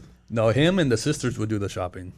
Yeah. Okay. And sometimes he would send the sister to go, the older sisters. And like I said, I give a lot of props to my older sisters because they were doing, they were like doing all of the work in the household, the household work. Yeah, they were the foundation. They were the backbone of the system, bro. Yeah. Yeah. So we would eat that, but one thing I wanted to bring up was my dad raised chickens growing up. That was his hobby, and one of our favorite meals, my favorite meal, and every Hmong person's favorite meal is killed chicken. Killed chicken? Yeah. So we would kill him in the back and literally slit its throat, and pluck it and everything and cook it. We would boil it with greens, and we did that for a lot of things. When we buy the pork at the grocery store, we just boil it with greens, and then. In terms of eating, so I recently spoke to my oldest, the second oldest half sister, and she would tell me, she was like, growing up, obviously we didn't have enough, spoons, forks, and plates for everyone. So my sister said that my parents allowed the younger ones to eat first, and then she would always get the crumbs, basically, Your sister. My oldest sister. Your oldest sister, the backbone to the system, the one doing the shopping, the one doing the cleaning, the cooking. Well, so this sister, she actually married I believe she married at the age of 13. So I actually. Wow. Yeah. Got to get the fuck out. So I actually never really grew up with that sister, but it was the one below her that did a lot of like the the household things and so when a kid, that's interesting, bro. The dynamics of like just the way that moves, and I it's probably similar to a lot of different ethnic backgrounds that were raised in different ethnicities, but similar situation, right? Yeah. But did Pops eat first? I mean, did he have the biggest plate on the table? I mean, honestly, I don't really remember because like. That's one thing about me that like I don't know if it was because of the trauma and everything, but it's blink shit out. Yeah, it's very hard to remember my childhood, and the things that I do remember, they were just, most of them were just really bad stuff, and then a little bit of good, but other than that, I feel like my childhood was a blur, bro. Like I didn't enjoy it one bit. I feel like that about mine to a certain extent as well, and it's interesting. First language was obviously Hmong, right? Mm-hmm. Second language was English. How good was your English at what age? To be honest, I picked up English better than Hmong. And okay. My Hmong is terrible. Okay. My Hmong is, I like to call it Hmonglish. Hmong and English. Yeah. Hmonglish.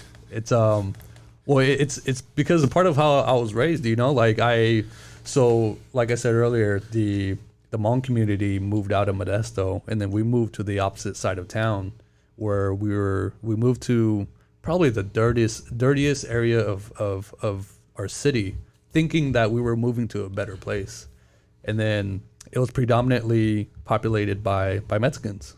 Okay.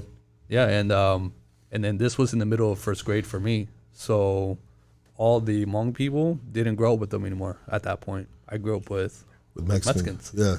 And how was it? I mean, we I talked to John and other Asian brothers that were raised with Mexicans. I mean, did you have to deal with, kind of like the the stereotypical kid shit that kids do to each other? Yeah. Or were you accepted? Honestly, it was a love and hate relationship. I had a bunch of cool homies, a bunch of cool Mexican cats. Yeah. But there was a flip side of that too. There was I was actually picked on a lot from Mexicans, and and I used to fight all the time in elementary school, and playing body shots in the bathroom, and fighting on the in the playground, like almost every day. Almost every day, and it's funny. I kind of wanted to ask you this. I don't know if you would know, but you know how earlier you said there was Chinese people that immigrated to Mexico. Yeah. There's this like this phrase or song they would sing to me when I was younger, and K9 probably knows it. Go ahead. He's probably the one singing it, motherfucker. But yeah, they would sing that to me, bro, in elementary school, and I knew, like, I never really knew. Was it me Chinese, me play joke? No. Me go pee pee, and you're. It was in Spanish. It was in Spanish. My bad. So it went chino japonés, come caca, no me diez. Yeah. I knew you were gonna say that. Yeah. So, and I didn't know, like, until recently that was like a common thing that went around, like, that spread like wildfire too. And I don't know if it's from that, like, where there was Chinese people that immigrated, to Mexico. Like, I don't know the root of that, but it's So I mean, my ignorance is really deep, bro, but my knowledge on that right there isn't, dog. I was one of those kids, dog, that, I was getting shit talked to, dog, so I was talking shit too. Yeah. Excuse the shit that I said a minute ago, brother, you know what I mean? But that's just kids, right? Yeah. It's the ignorance of freaking kids, bro. Yeah. And that's why us as parents and moving forward and coming from backgrounds like you've come from, backgrounds like I've came from, and probably everybody else in this room right here, and a lot of people that are on the live right now. Yeah. We have a responsibility, bro. Yeah. We have a responsibility, bro, to teach our kids freaking better, bro. Yeah. Teach our kids better, bro. And to treat people with fucking respect, bro, and I know it's sensitive times. I mean, respect to a certain point, not all fucking sensitive, because we're still gonna make fun of each other. Yeah. That's a part of life, bro. Yeah. Whoever don't look at you, you know what I mean? Yeah. You make fun of, bro. If you got that relationship, or if they cut you off or something, you're gonna talk some shit. Yeah. I mean, I think it's just natural. We all got that little bit of that in us. Is that safe to say? Yeah, no, it for sure is, because I was the same way. I would retaliate and say shit back. Fuck yeah, you fucking wetback. Fuck you, bitch. Yeah. So Your like, breath smells like beans. What? yeah. So in elementary school, it was just me and this other kid that were the only Asian kids. And then I would say 90% of everyone else Mexican, and then like a very small percentage of white, and then just me and this other Asian kid. And he was a Laos homie, Laotian. Shout out Brandon Surisao. But me and him, I remember almost every day in the playground, we would back each other up, bro. And we would we had to, because we would get jumped, or we just had to stand our ground, and I remember we'd be chasing them, they'd be chasing us, and it was a trip. I mean, would you have had it another way? I mean, of course you would, right? In a perfect world, right? Honestly, but at the end of the day, bro, does that, like, honestly, are those experiences good or bad as a child? Yeah. Are Are they good or bad? Are they lessons, and they build you into the man that you are now? Right. I mean, those are the things that are going to make you or break you, And they probably broke a lot of kids. Yeah. But the strong ones, it's going to teach them. Yeah. So I felt like, going home and then having the family that I have, and then raised the way I was, and then going to school like that, it was a roller coaster. It's Yeah. like I was a kid, bro. Like I didn't even know how to handle it.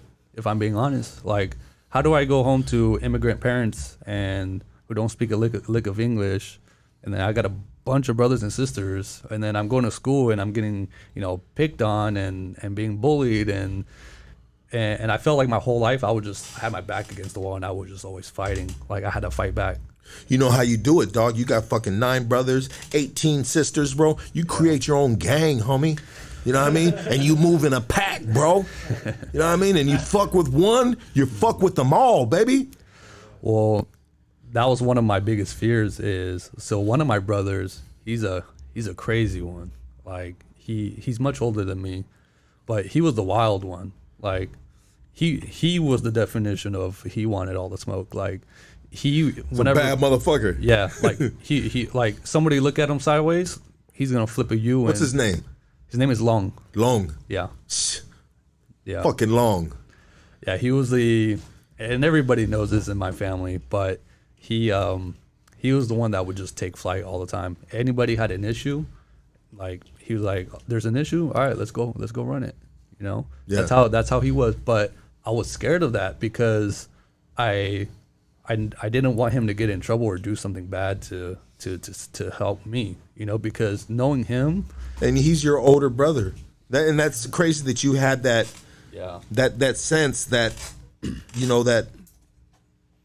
that thought process, bro. yeah, Being younger, bro. yeah.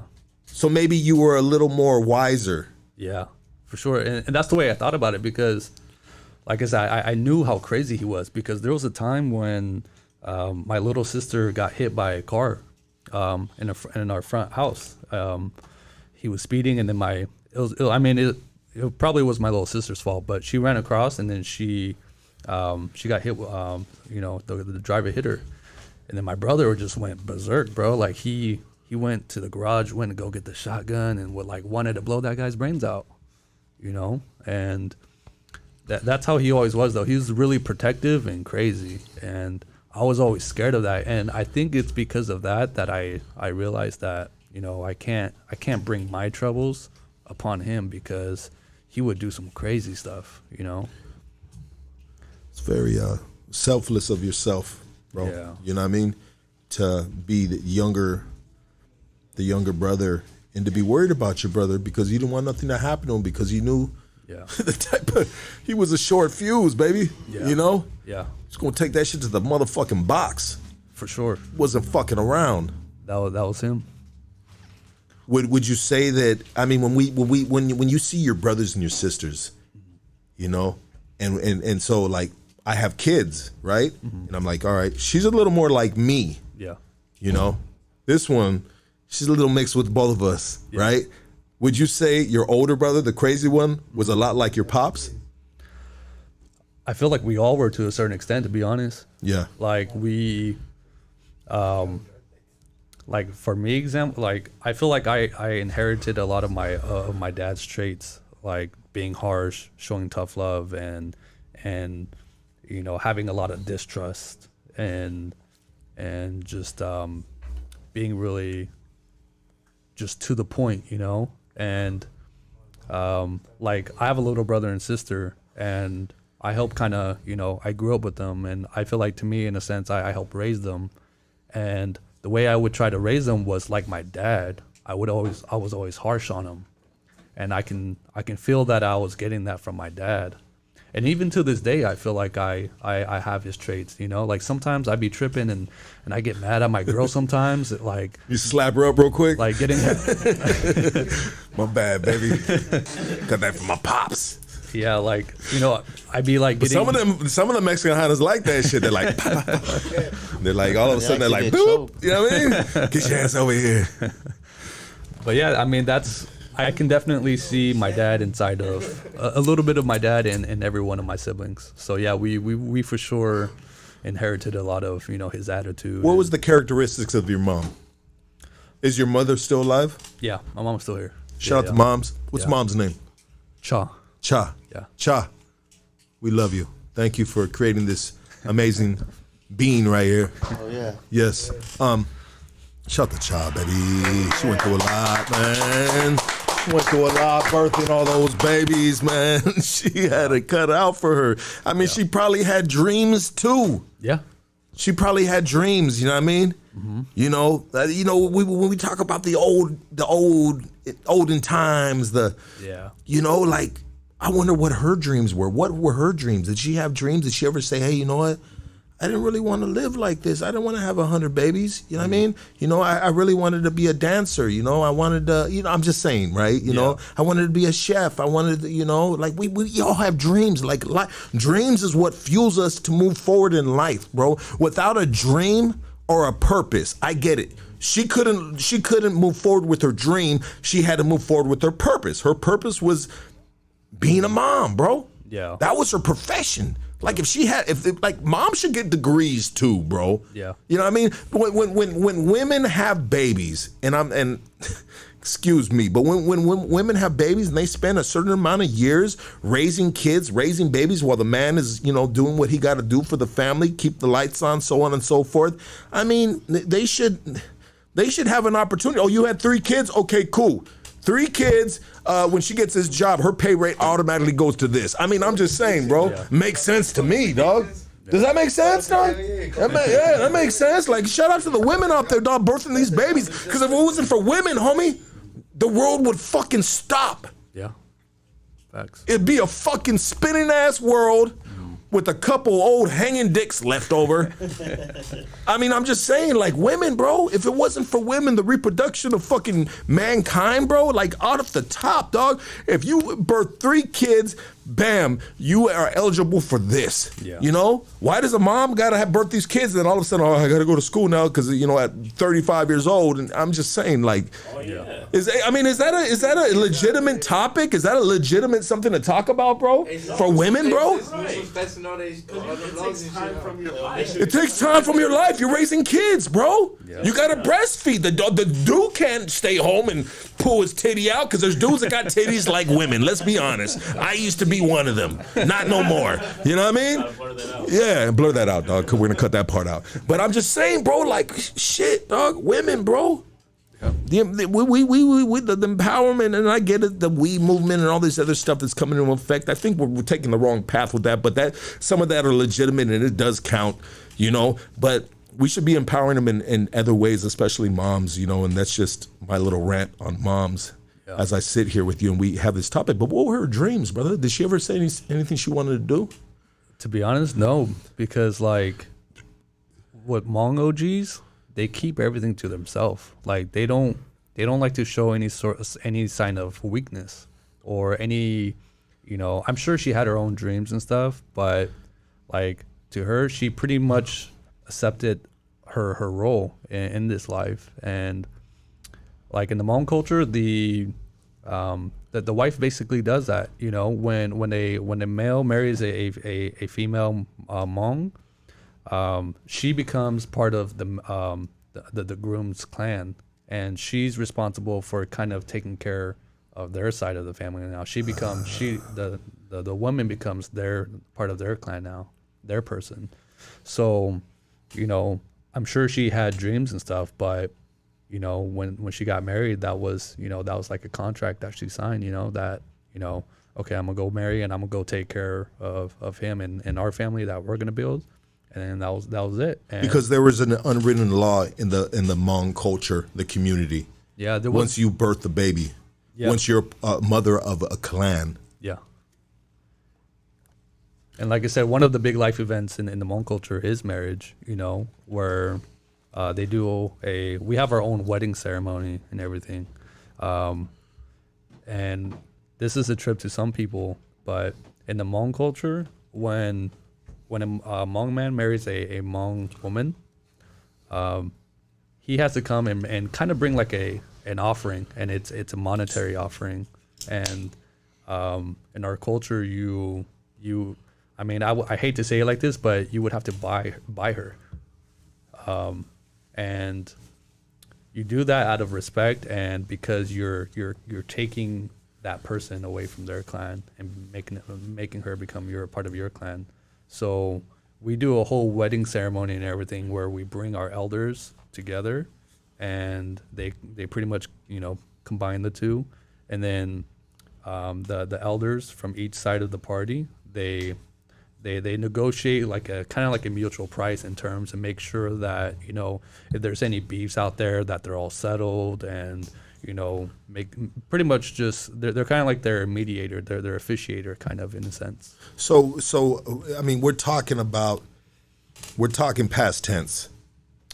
It's still to this day. Like, It's to this day. So let's entertain this. Let's entertain this, bro. So let's speak in past tense to that ritual / part of the culture, right? What would be presented to the would it be a man, the father of the groom or the bride?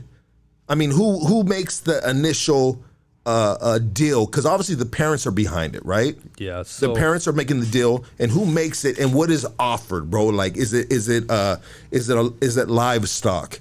Is it, you know? Yeah, so I don't know all of the fine, like, small details, but yeah, it's you know, the ceremony takes place at the bride's house, and it's usually like a 2-day event, and yeah, they come together and they do their whole ceremony, and they do bring like offerings. They bring killed chicken. Need some of that in my life, baby. Yeah, so they would come, like, there's a certain way about doing it, but, you know, there's like a certain amount of killed chickens you bring, and then you disperse it to certain individuals, and then And the killed chicken is a recipe, not just a killed chicken. yeah, it's very basic. It's a killed chicken. They boil it, and then honestly they just put, you know, they spice it up with just black pepper, salt, and that's pretty much it. And they might add, like, you know, like little herbs in there. I mean, but you have just amazing marinated boiled meat with a broth that is just delicious, bro. Yeah. And we have obviously we pluck the feathers. We got the full chicken in there. Yeah. And everything is ate. Yeah. So yeah, you know, they all feast there. They all drink, and What do we drink? they drink a lot of beer. And Let's talk about in history back then, past tense. past tense, I honestly I don't really know what they drink back Yeah. then. I mean, was there any marijuana involved or coyote? You know what I mean? Peyote. What is it? Peyote. Yeah. Not that I know of. Okay. No. Because we're talking about a shamanism. Yeah. You know, culture, right? yeah. You know, so I'm sure there had to be mind, you know, elevating substances So that put us in these dimensions. Yeah. And have the spirit world talk to us. So there's this instrument that we have in the Hmong culture, and it's like our version of a clarinet. Okay. And the elders would play that, and that was part of, like, the ritual whenever they would do, you know, when there was mainly for funerals, they would play that, and then they would play drums too during the funeral. Like some congas. I don't know what drum it's called, but Yeah. I remember. So Probably just like a piece of wood with some sheepskin on it. You Yeah, know, so- some crazy shit. yeah, just a pretty simple small drum, and Yeah. Just pound that bitch. like I can't. I kind of feel a little bit out of place talking about it because, like I said, I wasn't raised around a lot of Hmong people. 100%. You brother. know. And I'm not trying to put you in an no, uncomfortable you're position and ask you questions, in-depth questions No, you're good. that you can't like 100% speak on Right. that are actual factual statements. Okay. So let's move the conversation to this day and age, bro. Yeah. Amongst the Hmong people, when obviously the parents aren't picking, right? But they gotta co-sign it. They gotta sign it, right? Yeah, pretty much. But, you know, there's some families out there that don't follow that tradition because a lot of Hmong people moved on to Christianity, and such as my family. And, you know, we don't pose that upon, you know, our brother-in-laws that marry, you know, our sisters, you know. Like, I have a brother-in-law that didn't do that, but at the same time, I have another brother-in-law that did do a traditional style wedding. But we're not to a T. We don't do it from, you know, how it was, you know, traditionally from A to Z. I think back then, even to this day, nothing is ever done to a T. It's tailored to the individual's likings, and they're gonna put their spin on it, right? Yeah. So for us, we actually don't even, like I said, we don't even push that upon our brother-in-laws. But there is one brother-in-law that did it, and his name is Juan.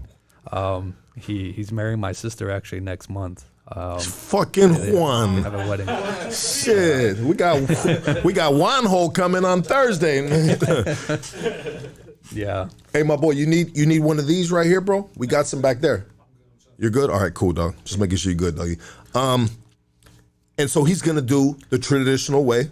Well, so in the wedding, they actually do both. They do the Hmong style, and then like if you want to do the American style or like the traditional style here, you can do that too. So he actually is doing both, and I give a lot of respect to Juan because he did the Hmong traditional way, but like I said, just like the small parts of it. Like we didn't do it, like I said, we didn't do it to a T, but he came and pretty much, sat my mom down and all the, the brothers there. And he pretty much like asked us for permission, and then he even gave my mom an offering. And What was it? Money. Oh, it was money. Yeah, money. Damn. And then I was thinking maybe it'd be like an iPhone or, you know what I mean? What other things do you think? You know what I mean? A nice vacuum, No, I'm just fucking around, dog. Sorry. Money, bro, money. And does she get it and be like, all right, that was enough? Or that wasn't enough. You see, well, so see, you see when there's two sides of the family, the mediators, the elders, they negotiate that. So they negotiate that. Yeah, So shit, this is dope, bro. Yeah. This is dope, dog. Yeah. This is dope. So Juan did it traditionally. Yeah. And so the elders, which would be your mom and maybe some of your brothers, maybe. Yeah. So like I said, we didn't do it super traditional. So we had our one of our Juan used one of our relatives as like his mediator. Okay. So and the mediator is gonna tell him, hey, he's like, hey, maybe I want to give mom some cash, and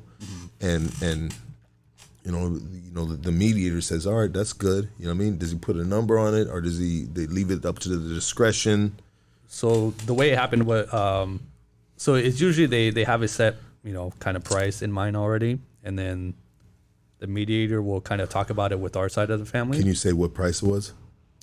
I can't say what price it was, and to be honest, I forgot the exact amount, but would it be like you forgot the exact price? I mean, but I'm sorry. Go ahead, brother. If I had to ballpark it, I would say the average price would be around 5 to 10K. 5 to 10K. Yeah. Shit. Yeah. Given to the mom. Giving to the mom because you're taking her person. Damn. Yeah. So big respect to Juan because like he's Mexican, bro. Like yeah, he ain't got no 5 or 10K. Is that what you're saying? No. But that's not what he believes in his tradition, right? But out of respect for my mom, 100%, bro. He did that. So I was like, damn, like that's what's up, And I actually, found a newfound respect for him, when he did that, and he's like, this is what I got to offer. Can you guys, Then we talked about it to see if we were okay with that, and then we were, and then, the groom has to take a shot with like pretty much every take a shot with every family member. A shot of what? Of liquor. Of liquor. What kind of liquor? I don't know what the traditional. I don't even know if there is a traditional liquor, but we did tequila. Let's go, baby. Let's go. 1942 in the house right here. Frankie got the Don Julio in this bitch. Yeah, and you want to take a shot right now, Don? No, Tradition at Hoodstocks, bro. We don't got to get married or nothing, bro. You know what I mean? I don't even think I can afford you, bro. Shit, 5 to 10K. Homie. No, I'm just fucking with you, dog. Nah, you good, man. Yeah, that's that, bro. I love this right here, dog. Yeah, and I love that Juan did that traditionally, bro. Yeah, I mean. That practice, these old school ways, they need to keep going, bro. Yeah. We can't get washed away with the colonization, the United States, no, bro. You're American citizen now, or you live in the United States. No, keep doing what you're doing. That's what makes us great, bro. That's what makes the U.S., bro. Yeah. Fucking powerhouse, baby. Facts. Because we got all these fucking cultures, bro, that can live within this region, bro, and they can still have the freedom to practice their shit. And some people are gonna be like, freedom, we don't got freedom, we this, that, blah, blah, blah. Well, tell me a little bit about your history. Oh, you were fucking raised on motherfucking whoop-de-whoop-whoop and this and that. Homie, you ain't got no say-so in this shit, dog. You know what I mean? Tell me you were fucking laying on the fucking, like you were, bro. Yeah. Everybody's got a say-so. Excuse me, brother. Yeah. You know, but it just, I love it, bro. I love it, dog. I feel like my family, bro, a lot of just tradition, culture, passed on stuff has really just been just washed away, bro. Yeah. Like nobody really, like my mom or my pops kept their shit and just said, nah, you know? And I think it's easy to do once you're like third generation, you know, fourth generation in the U.S., bro. It's unfortunate, bro. You still identify with your roots, but a lot of the old school ways, they've done washed away from, you know, our environment, the United States of America, brother. You know what I mean? And it's unfortunate, bro. But it's life. Yeah. You know? I mean, what are the history books gonna look like 20 years from now? You know? It's gonna be weird, bro. Yeah. You know? Yeah, I really believe that my family kind of evolved. Like we kept the good parts of our tradition, and I feel like the main parts, and then we also, you know, found a way to adapt here to American culture. I mean, talking about 20 years from now, bro, like, bro, the way people are, you know, it's a melting pot, bro. The way cultures, you know, blacks marrying whites, Hmongs marrying Mexicans. Yeah. You know, and then we don't know what their kids are gonna do, bro. Yep. I mean, maybe further down 100 years from now, there's not gonna be no race. It's gonna be one race, bro. Right. Because everything has been integrated, bro. Yeah. And it comes to a point where everybody looks almost like each other, bro. Yeah. Little darker, little lighter. I mean, you really think about it, bro. Yeah. True. You know, that's interracial marriages, bro. Matter back in the day, dog, when you see a black dude with a white girl, you know what I mean? White people hated that shit. That pussy is over with. It's no good now. It's blown out. Can't stick my white dick in that pussy no more. You know what I mean? Or you see an Asian chick with a black dude?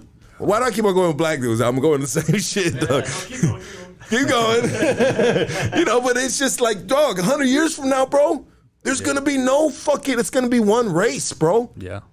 It's going to be one fucking race. I mean, is that safe to say, or is that just too outlandish to comprehend? They're expecting that.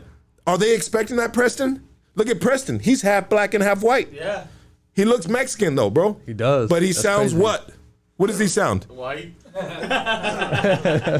My boy went and tried to get a construction job. Can I say the story? Yeah. My boy Preston went and got a construction job because after 10 years, dog, fucking Mattel fucking fired him, bro. You know what I mean? So he's like, all right, dog, because me and Canine give him a hard time. We're like, homie, you can't work construction, dog.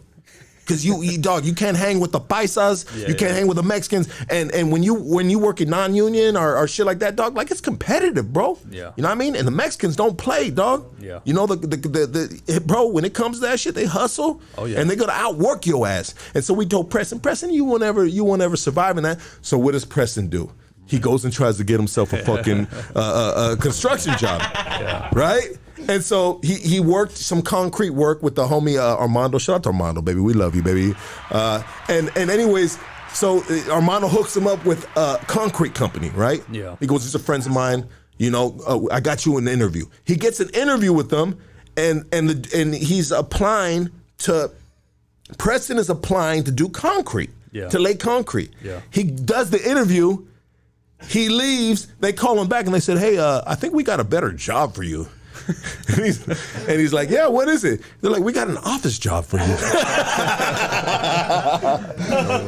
They told him he got an office job, bro. And I'm like, dog, you just got the, you know what I mean? You just got that office vibe, bro. Your voice, dog. Like, if you came to me, dog, I'm like, dog, I ain't gonna put you out here with these fucking animals. They're gonna eat you alive, dog. You a good-looking kid, dog. You got a nice voice, dog. You know how to do paperwork. Let's put you in the, you know what I mean? Let's put you in the right position. And shout out to that company, bro, for seeing that in you, brother. I love that. Yeah, shout out to the company for seeing a strength that they can use you over here instead of there, dog. I mean, that's just. Hey, but if anybody still got a good ass office job for Preston, holler at Preston, shit. Yeah. And hey, Preston's still trying to get a job out here, baby. You know what I mean? And he's a good guy.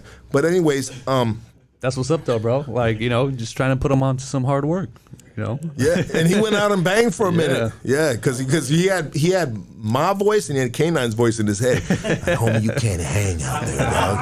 You know what I mean? Respect to you guys, though, bro. You guys are hard workers, and I know that first-handedly. Like, and what I was saying earlier with the marriage thing. Shout out to my other brother-in-laws too. No dig to them because some of them didn't do the tradition, but like I said, we didn't put it on them. But hard work. My brother-in-law Salvador, he's all about hard work. He likes to get his hands dirty, and I remember I actually went and did some field work with him to earn some money. This was probably my freshman year in high school. We went to go pick cherries, bro. Yeah, and he put me on to what hard work looked like, Bro, I love cherries, dog. Yeah. You know what I mean? And I'll tell you this, dog. If you put me out to pick cherries, dog, I'm gonna be eating more cherries, dog, than I'll have in my basket, bro. Anyways, yeah, bro. Hard work is essential, dog, and we love our brothers that are out there putting in that hard work, bro. It's funny. I was thinking about it. And I was thinking about your childhood that you were telling us that you always had your back against the wall. Yeah. Just a couple Asian dudes. You know what I mean? You didn't want to get your older brother involved. Yeah. Boy, too crazy. Yeah. And you're fighting Mexicans, bro. Yeah. But now you're sitting at tables with Mexicans. I'm on hood stocks, baby. Oh, but this is everybody right here, dog. This is everybody, dog. I'm a represent. I am a rep. Not me. This platform is a representation of all races, baby. Yeah. Of all races, dog. Even though sometimes we have more homies on, bro, that potentially are Mexican, bro. But this is the bigger picture, bro. Yeah. Is everybody, brother. Yeah. Is everybody. This to appeal to everybody because we have everybody on here sharing their lifestyle, their culture, their trials, their tribulations, you know what I mean? And educating us on a race and on something that I didn't know exist, the Hmong people, bro. Yeah. A lot of people didn't know that existed either, bro. Yeah. You're either Chinese, you're Japanese, you're Korean, you're Thai, you know what I mean? You're Filipino, but within those there's other tribes, there's other natives of the land, bro. Yeah. And this is what I love about this, having hood stocks and being able to just make the call and saying, dog, we having a homie speaking up on the Hmong people tonight. Yeah. Love what you're doing, bro. Like I said, Hmong people, we want to shine, but we don't want it at the same time because, like I say, we're really secretive people, and we want that recognition. But I can almost guarantee you, if you try to find another 25-year-old Hmong guy that grew up with just purely Hmong or really in that culture, it'd be really hard for them to find that courage to come up and probably do this. And I hope you encourage more Hmong people to do this, brother. Yeah. I think it's important. Well, to be honest, I felt like it was my responsibility. I felt like it was, part of my responsibility to put the Hmong people on and let the world know who we are a little bit. And, our history runs so deep and at the end of the day, we want a little recognition, and as you should, brother. I mean, growing up as a child, bro, like music, movies, I mean, what kind of music originates from the Hmong people? Is it kind of like a native tribal type of thing? I mean, what were you raised on? Yeah. Well, for when it comes to Hmong music, it was just it's funny. It would just be women singing a cappella, no instruments, no nothing. And that's like really old school, like really like OG Hmong, music. And then I'm sure they had like, some instruments, but I was never really around it. For me, I grew up in the ghetto, so I grew up around just rap and, bro. just hood, Hood shit, dog. Yeah. Like listening to just a lot of gangbanging stuff, or, rappers out here, Bone Thugs, Snoop Dogg, Tupac, this is this TRG rapper that I would always listen to, from Fresno, Mac G. Okay. And I would slap his music all the time, and he was I would love that stuff. I mean, so should some of these rappers be paying for some of our bails, bro? I mean, that's the real question, dog. I mean, should rappers put up a side of their millions of dollars they make off of rap music influencing the world, bro? And when Snoop Dogg's talking about murder the case is what they gave me, and I'm like, bro, murder the case is what they gave me while I was listening to your song, dog. Yeah. Pay for my bail, bitch. You know what I mean? No. That's a funny topic. We're all responsible for our own actions and shit. Check it out, bro. So you brought some Hmong food. Yeah. Yeah. And so Preston is warming it up right now. I mean, you guys want to take some phone calls while he warms it up? Are you good with phone calls? Yeah, I'm down. Okay, let me get some phone calls right here. Hold on one second. Let's see if anyone has any questions to ask. Let me get this real quick. There it is right there. Give me 1 second, guys. Oh, no. Okay, you got that warmed up, don't you? Give it a quick second. It's a little slow right now.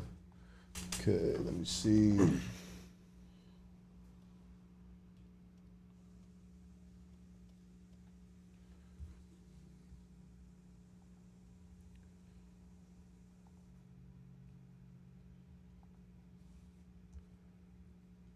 I know this started off a little slow and shit, but I feel like we got some traction going and shit, dog.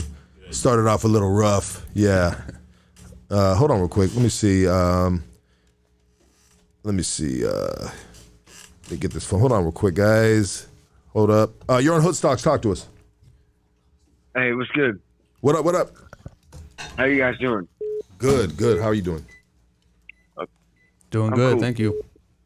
Hey, your story is cool. I appreciate it. I love Gran Torino. Shout out Gran It's a good Torino. movie. Why, is that the Hmong Yeah. people? Yeah.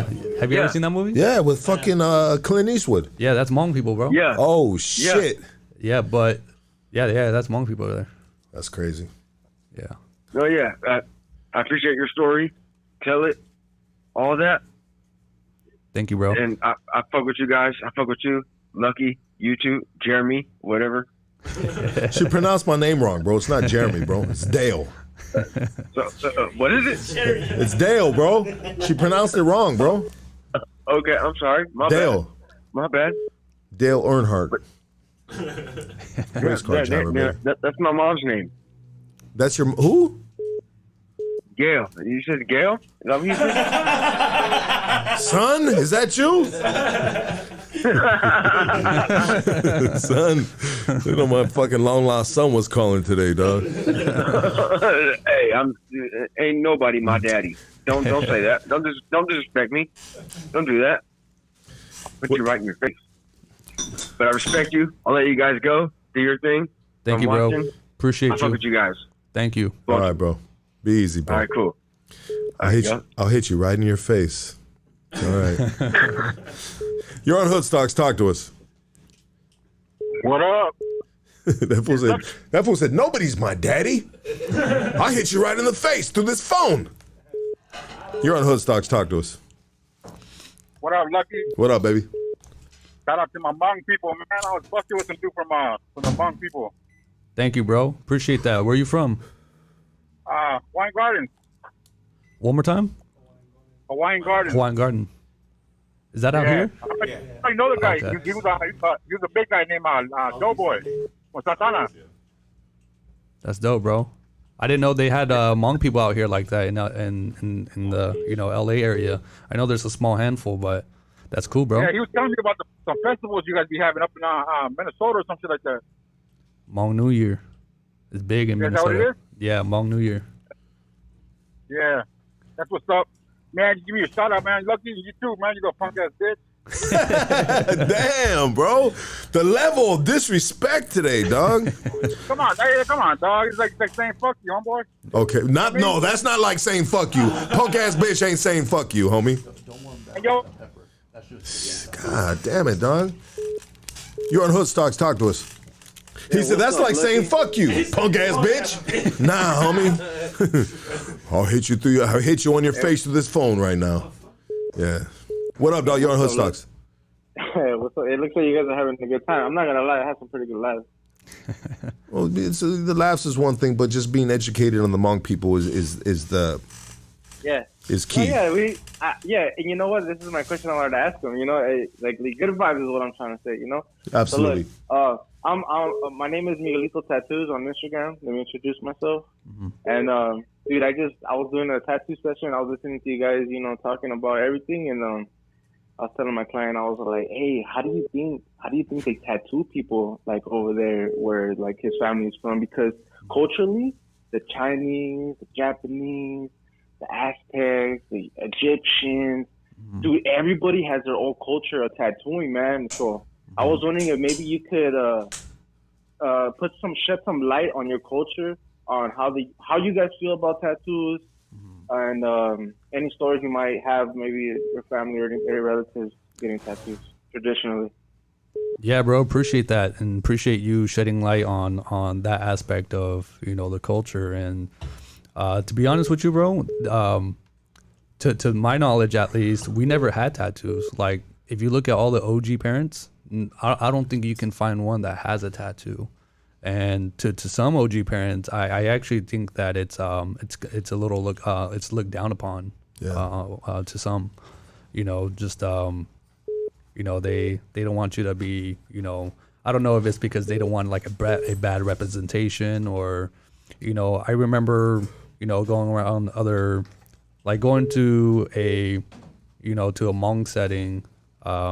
You know, sometimes they'll judge you on kind of how you look, you know, like, oh, this kid looks like a bad kid. He's all tatted and all that, you know. So, Hmong OGs, we don't have, to my knowledge, like I said, we don't have a tradition of, you know, tattoo. And thank you for calling, brother. Appreciate you, man. Oh, that was interesting. Thank you for the history lesson. Thank you, Lucky. Thank you, bro. Absolutely. Thank you, bro.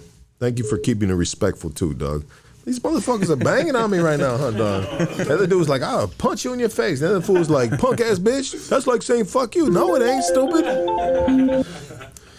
Damn, we real loose tonight, dog. Hold on real quick. Let me see what we got right here. You're on Hood Stocks. Talk to us. Hello. Yeah. This is Pepe calling.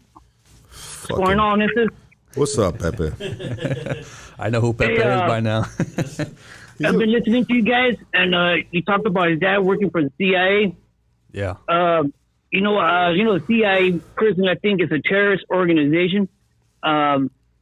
If you see what they did in Central America, in 1983, they blew up some pipelines and oil storage in Nicaragua. Mm-hmm. And 2 weeks ago, they blew up some pipelines in Russia, right, in the Baltic Sea. Do you consider, and what they did in Iraq with the weapons of mass destruction, which they lied, do you consider the CIA almost like a terrorist organization? Yeah, man. Like I said, it was a love and hate relationship, because, like, you know, they recruited us. You know, they pretty much, you know, found out who we were, and then they're like, hey, let's choose this group to see they would fight for us. You know. Do you think also what they're doing in Ukraine, where they if you could look it up, Google it, the United States government, actually the Canadians, trained the Azov Nazis. They're actually Nazis in Ukraine. The United States government is giving weapons to them. And you watch the media, they say that the Russians are the bad guys. But I personally don't think that. Yeah, I personally don't have a say in that. But, you know, in terms of, like, the CIA, you know, recruiting us, you know, like I said, we do have that love and hate relationship with them, because we kind of felt like we did their dirty work in a sense, you know. So you think the United States is going to backstab the Ukrainians once they know they're going to get their ass whooped by the Russians and then walk away like cowards? Yeah, bro, it's a crazy time we live in right now. Fucking Pepe, man. I'm just saying this. Never seems to amaze me, don't you? My wife is from Uzbekistan. She's Russian. So what I'm trying to say is I kind of know what's going on, and I think the Ukrainian people being used by the United States to fight their wars because they're cowards. They don't have the balls to go fight the Russians. That's how I see it. The Russians attacked them. All right, Pepe. Thank you for calling, Pepe. Oh, I have another question real quick. I had a coworker right here. Mm-hmm. He was from Thailand, right? Yeah. Man, that guy was always bitching and complaining. Everything was discrimination. And he got really angry when people called him a Chino all the time. They're like, are you from Chinese or Chinese? But he was from Thailand, so he would get mad. Do you get mad when people say, oh, are you from China? To be honest, as a kid, I used to, but I just kind of flowed with it after a while. Like, I actually embraced it.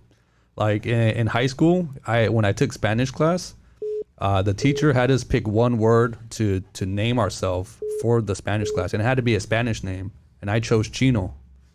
So actually, that's pretty cool. Actually, so I embraced it, bro, and everyone would call me Chino in that class. So it was cool.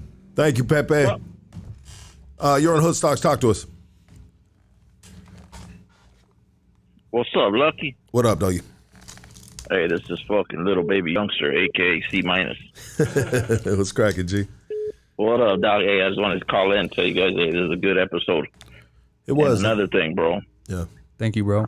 I hate to break this to you, but your black rooster in the backyard, homie, Pepe, he's not a Chicano, bro.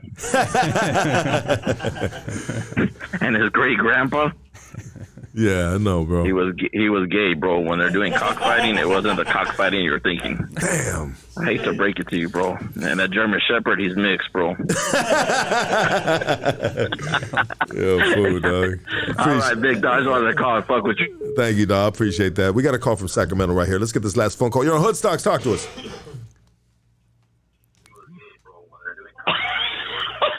Shout out 916. What up, doggy? Turn the volume down in the background. All right, yeah, I got it. Got it? Yeah, yep. Go ahead. All right, what's up, Lucky? What up, Jake? Hey, first off, I want to say, fuck you, Lucky. I love you too, doggy. Thank you for getting that correct, dog, because the homie from Hawaiian Gardens had it all fucked up. Shit. No, hey, I love what you're doing, interviewing different races and shit. And my girl's right here listening too. I got her hooked on your podcast too.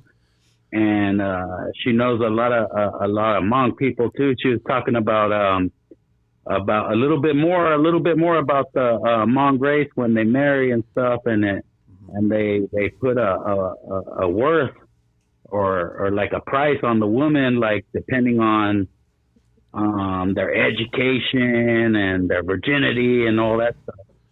Yeah, bro, that's true. You know, and that's what they kind of that's part of the reason why, you know, the woman does all the chores and everything, is because we raise our daughters right, and then, you know, we kind of look at it as we're losing an asset, and if you're gaining that asset, you know, there's got to be something in return, you know, and it's just more of a respect thing.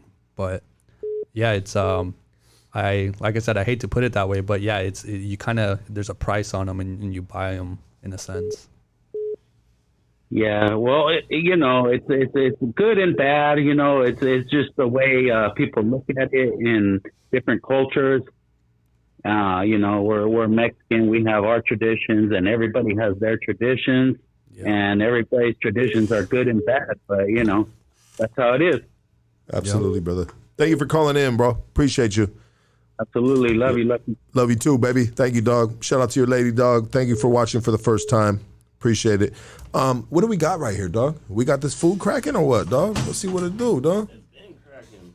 Let's go. Bring it through. See what we got right here. All right, man. About to put you onto this. Oh, shit, dog. That's a big old sausage right there, dog. Fuck, dog. And this is what I'm doing here. This is out of respect too, bro. Like whenever, like Hmong people are really respectful. Whenever we have guests over, or we're going somewhere, we never want to come empty-handed, And whenever we have guests over, we open up our homes to them, and we always try to have food ready. The house is clean. Always offering water. We're just really respectful people. Thank you, brother. Yeah. Thank you, dog. Let's get the full picture right here. Damn, dog. What do we have right here, brother? Hey, you a fan of spice? Yeah, I'm a fan of spice, dog. I didn't do the fucking spicy chip challenge, dog, but I'm down to do it though. All right, so this is our traditional sausage. No homo, but they call it Hmong sausage. I bet you want me to put that in my mouth too, huh, you motherfucker? And then I'm gonna tear that bitch up. And then this is sticky rice, but just purple sticky rice. And really, it's just honestly just kind of, I don't know what the root of it, but I think it's just like food coloring. I don't know, but yeah, purple sticky rice is a must. And then this is our pepper, our dipping sauce. It's the Hmong, we like to use a lot of herbs. Okay. So we threw lemongrass in there, ginger. I like ginger. Cilantro, green onion. It's like a salsa, huh? There's fish sauce in there too. Fish sauce and lime. Ooh, fish sauce, dog. Yeah, everybody makes this a little bit different, but this is the way I like to make it, and I made this. Damn, baby. Yeah. Appreciate you, doggy. That's love right there. Yeah. Yeah, that's love. Is the picture dragging, bro? The picture's dragging, huh? Yeah. Yeah, because it's overheating right now, dog. It's overheating because of the system, dog. And that's why boy Frankie hooked it up. We ain't gonna have this like this. Yeah, nah. It's dragging right now because of the cameras and everything on it right now, dog. The system is dragging, dog. Sorry about that, everybody. And so, I'd like to try this out, bro. I'd like to try this out, dog. I'm just gonna take we'll try it out more afterwards. But so this is the dicky rice. Sticky rice. Sticky rice. Hey, all right, go ahead. Oh, I'm sorry. Was I supposed to do it a different way? No. I mean, there's no particular way, but you want to try the meat with the pepper and then eat some rice with it. That's the way we normally eat it. But Can I get a separate what do we have, bro? We don't have no plates. No, we got bowls back there, bro. Some bowls back there, dog. I want you guys to try it out too, man. Yeah, you guys gotta try this too. Absolutely, dog. Let me help these guys out real quick. Yeah, you can leave it like that, dog. Man, I hate that it's dragging, bro. We got those bowls up there, though. Yeah, we got the lids too. Yeah, use the lids, bro.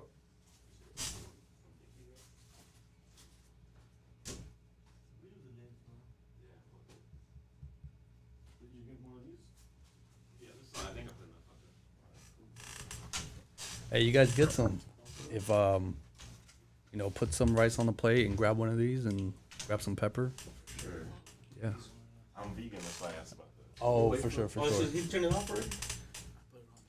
No, I think he just paused it. Yeah. We'll wait for that. And my Hmong friend, he got married when he was 15 and she was 14. Yeah, bro. It's crazy. My oldest sister, she got married when she was 13, and she left the house. Oh, it's through their culture. Yeah, here, yeah. And that's the crazy part, bro. It's like my parents, they were living really traditionally in this new world, but I mean, if you go to their house and you find out they got 2 wives, it's like, what? That's crazy, But my parents didn't know better, They were just keeping the tradition going. Yeah, so 13, she got married, and then she joined the other family because, like I said, she becomes part of their clan. Right. So she moves with him, and then yeah, I never seen her growing up. She was out the house at 13. Yeah. This shit's dragging, dog. I hate that it's dragging. I almost want to take something off right here.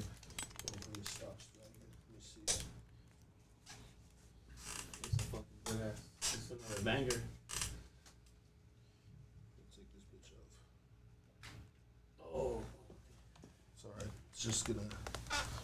It's gonna skip. It's all right. No, we're good. Hold on. Sorry about that, guys. This Shit is fucking overloaded right now. All right, let me see, bro. Where are those things at, bro? Let me see. What? Hey. Oh, we all got all these things here. Grab one of those and dip it in that. Take a bite and then eat it. Follow it with some rice. Okay, let me just. We're not really. I got you, bro. Yeah. There you go. So dip and then eat it with some rice. Yeah. All right. Let's see. I don't want to really grab it. But It's all good, bro. Hey, y'all grab some too, bro. Yeah, you guys get some, bro. And so, what is it? Is this pork right here? Yeah, it's pork. It's pork, and then like I said, we like a lot of herbs, so we throw like. Oh, that's just bomb, bro. We throw ginger and lemongrass in there. Yeah, so that's. You made this right here? I made that. Yeah. So I bought this at the Asian store because they sell them. But if you want like real Hmong food, they make this handmade. They make it at home. You know, they shred all the or. Bro, that sausage is bomb, bro. Yeah. Bomb. How's the pepper, bro? Bomb, bro. Yeah. Well. Yeah. So this is a must. You know, you go to Hmong New Year's. You know, you go to Hmong New Year's. You know, they have these everywhere. Food stands selling this everywhere. You know, this is our staple right here. And then a lot of the Hmong food is there's this dish called kapong. It's a curry soup. We have papaya salad. You know, killed chicken. But yeah, this is the main one right here. This shit is super bomb, dog. Yeah. It's bomb, bro. Yeah. Real shit, dog. This shit is so fire, dog. Yeah. My boy, this has been good having you here, brother. Yeah. Thank you so much, dog, for blessing bro. the platform, brother. Yeah. It was a rough start, dog, but we got moving. Yeah. I mean, it's kind of like it's new terrain, you know. Sometimes we're tailor-made to certain type of interviews. But this was good, and you did good. I feel like you did justice, bro, for the Hmong people, bro. Yeah. You know, in the representation, you know. And I just want to thank you so much, brother, for taking the time, bro, driving from San Diego out here, bro. Thank you, After bro. work, dog. Yeah. Preparing this food for us, brother. Yeah. Sharing your culture, sharing your story, bro. I mean, this is what it's all about, dog. Learning. Yeah. Constantly learning, dog, and respecting other cultures, bro. You know, and I feel like it's a platform, Hoodstocks, all the brothers in the background. I feel like we're doing the world justice by doing this, bro. Yeah. You know, all little dumb little jokes aside and dry humor aside, you know, mine. But this is what life is about, bro. Learning other cultures, bro. Yeah. You know, and understanding that just because you're black or you're Mexican or you're this or you're that, bro, that there's people that don't have the same complexion you, bro, that have been through just as worse struggles than you, bro. Yeah. If not worse, bro. You know what I mean? Yeah. And we got to respect people's lineage, people's history. And just thank you so much, brother. For sure, bro.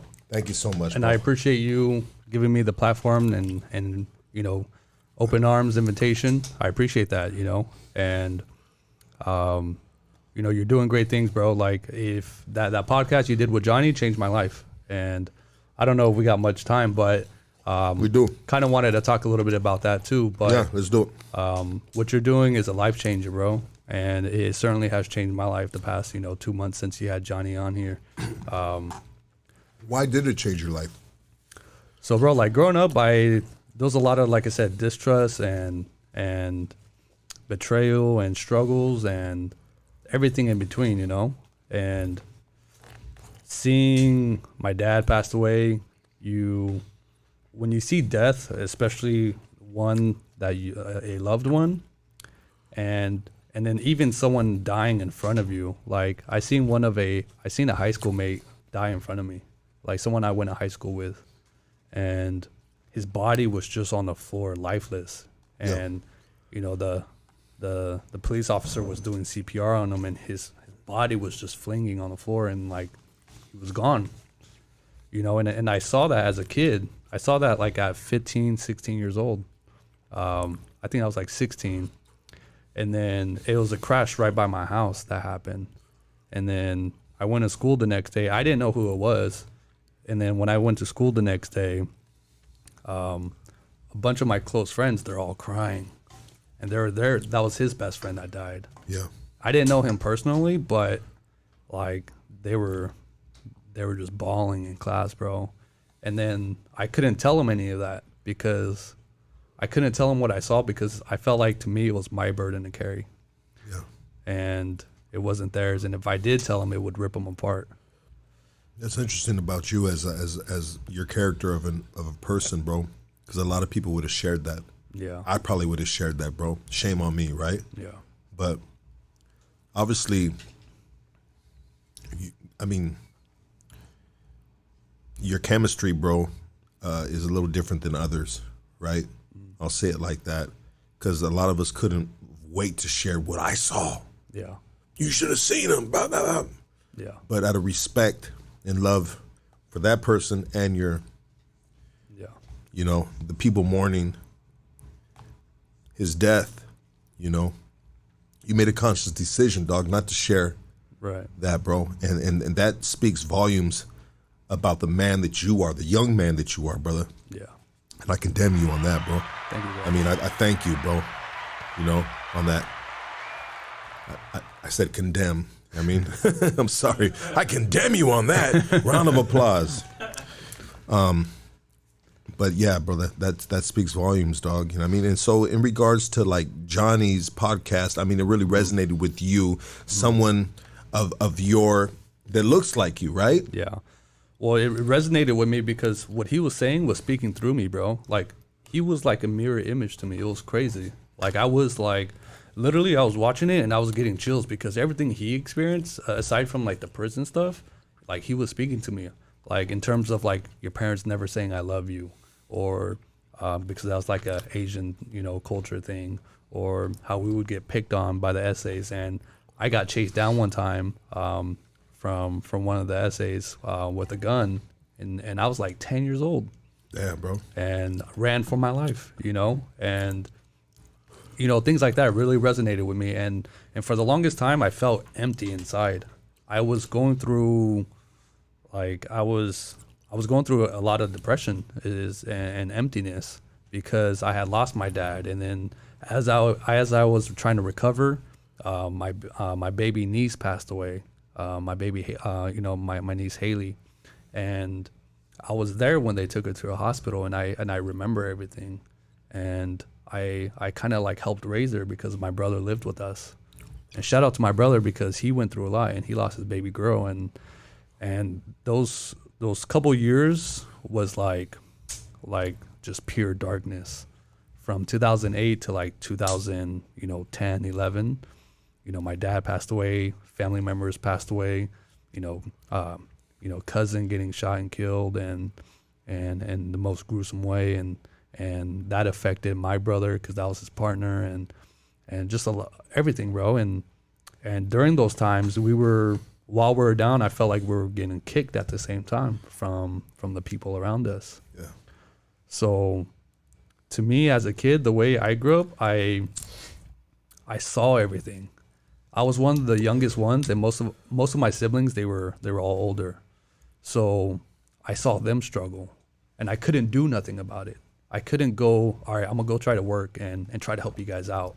Where can I help? I couldn't do that because I was little. I was 11 years old when my dad passed away, and I would just sit there, and I remember how every one of my brothers and sisters would struggle, and I would just see how hurt they were, and then I started asking myself, just becoming a really bitter person, just asking God, like, why did this happen? Why did my dad pass away? Why did, baby Haley pass away?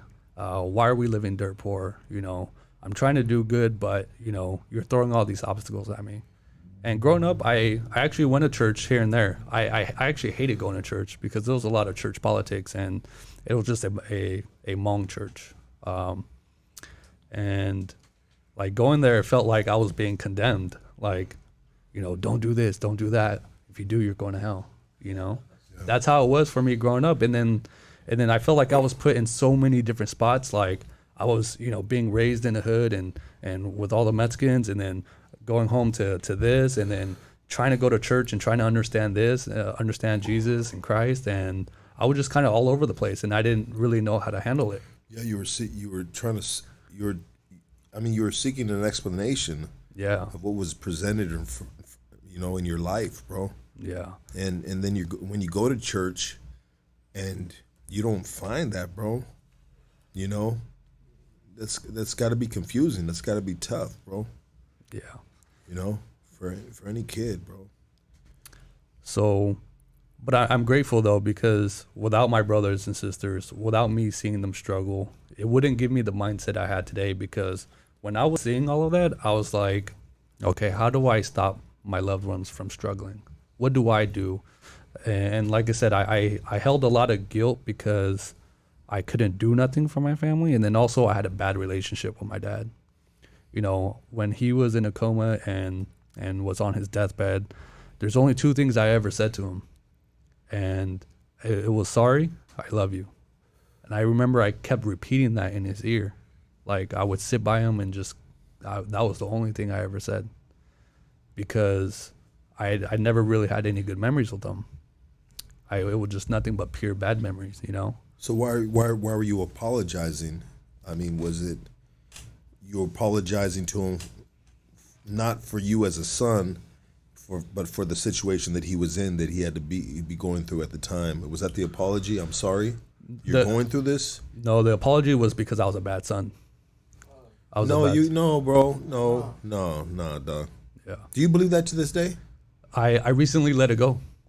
It took me over a decade, bro. Over 10 years. You know what, bro?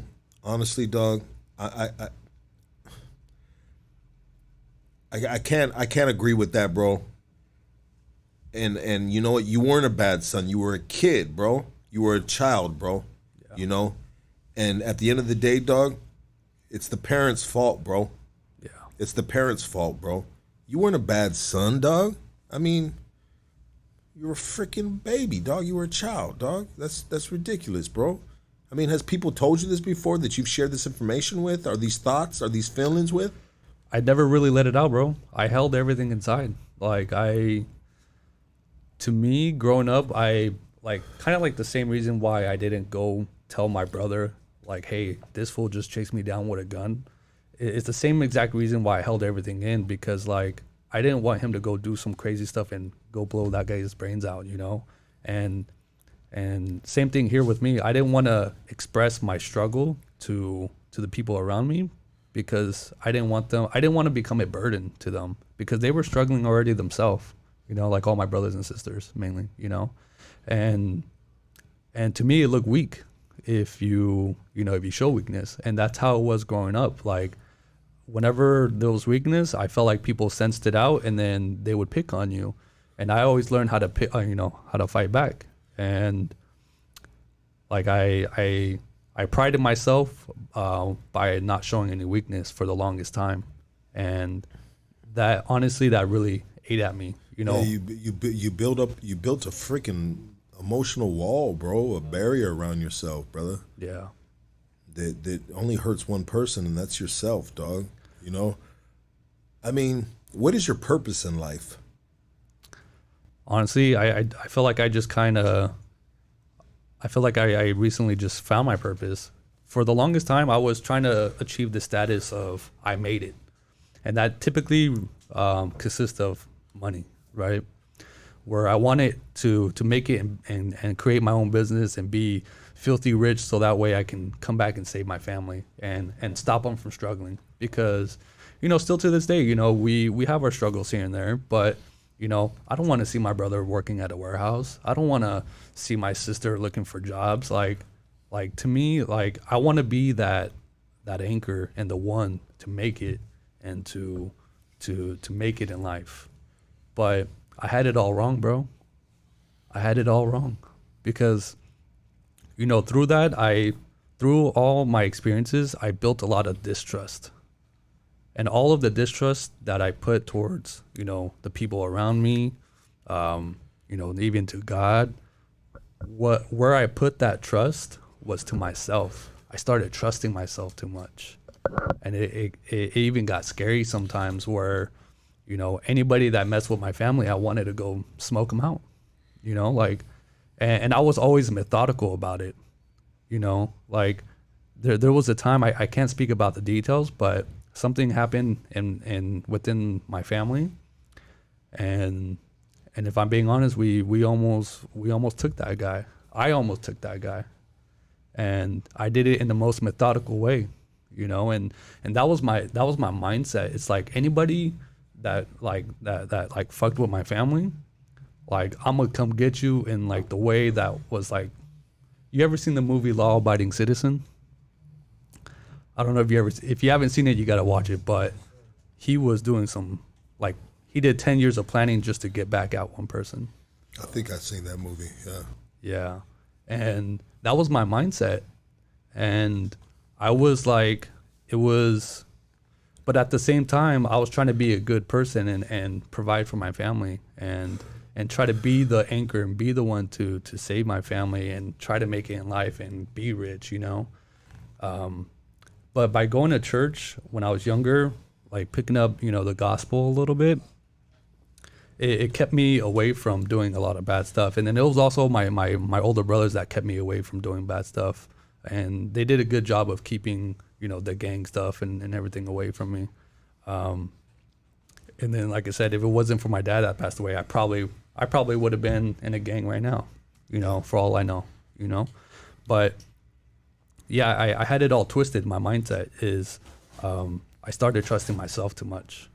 And I'm like, man, I'm a good person, and I'm making a decent paying job, and I'm not hurting nobody. I'm just trying to provide for my family. But at the same time, I was experiencing a lot of, I was backsliding a lot, like Johnny said. And this is the part where I resonate a lot with him is no matter how good I try to do, I just kept backsliding. I would fall into doing some dumb shit, or something would happen that would set me back. And I would ask God, like, why is this happening? Like, bro, like I just went through hell growing up. And now I'm in a position where I can do something, and I am, you know, doing better than before. But why am I still experiencing, you know, backsliding? And then, you know, it's the way I want to save my family from struggle. I turn my mindset to how do I save them to get to heaven, because one of my biggest fears was not seeing my mom in heaven, because I honestly didn't know if she believed in Christ, if like she truly believed in Christ. That's crazy. And not crazy, but that's and that was one of my biggest fears. It's like, well, I'm trying to help them out here in this temporary life on earth, and I'm trying so hard to do so, but I'm not trying so hard to do so to save them in the afterlife in heaven. So I had it all twisted, bro. And then that's when I didn't understand sin. Like like Johnny said, I thought sinning was you do bad stuff and then that's sin. But I didn't get the concept that I was born a sinner and it was inherited, and that I'm gonna do it no matter what, you know? So when I kept sinning, I'd be like, you know, I was like, in my mind, I was like a perfectionist. I wanted to do everything. Like, I was my biggest critic. And if I did something, I tried to do everything good.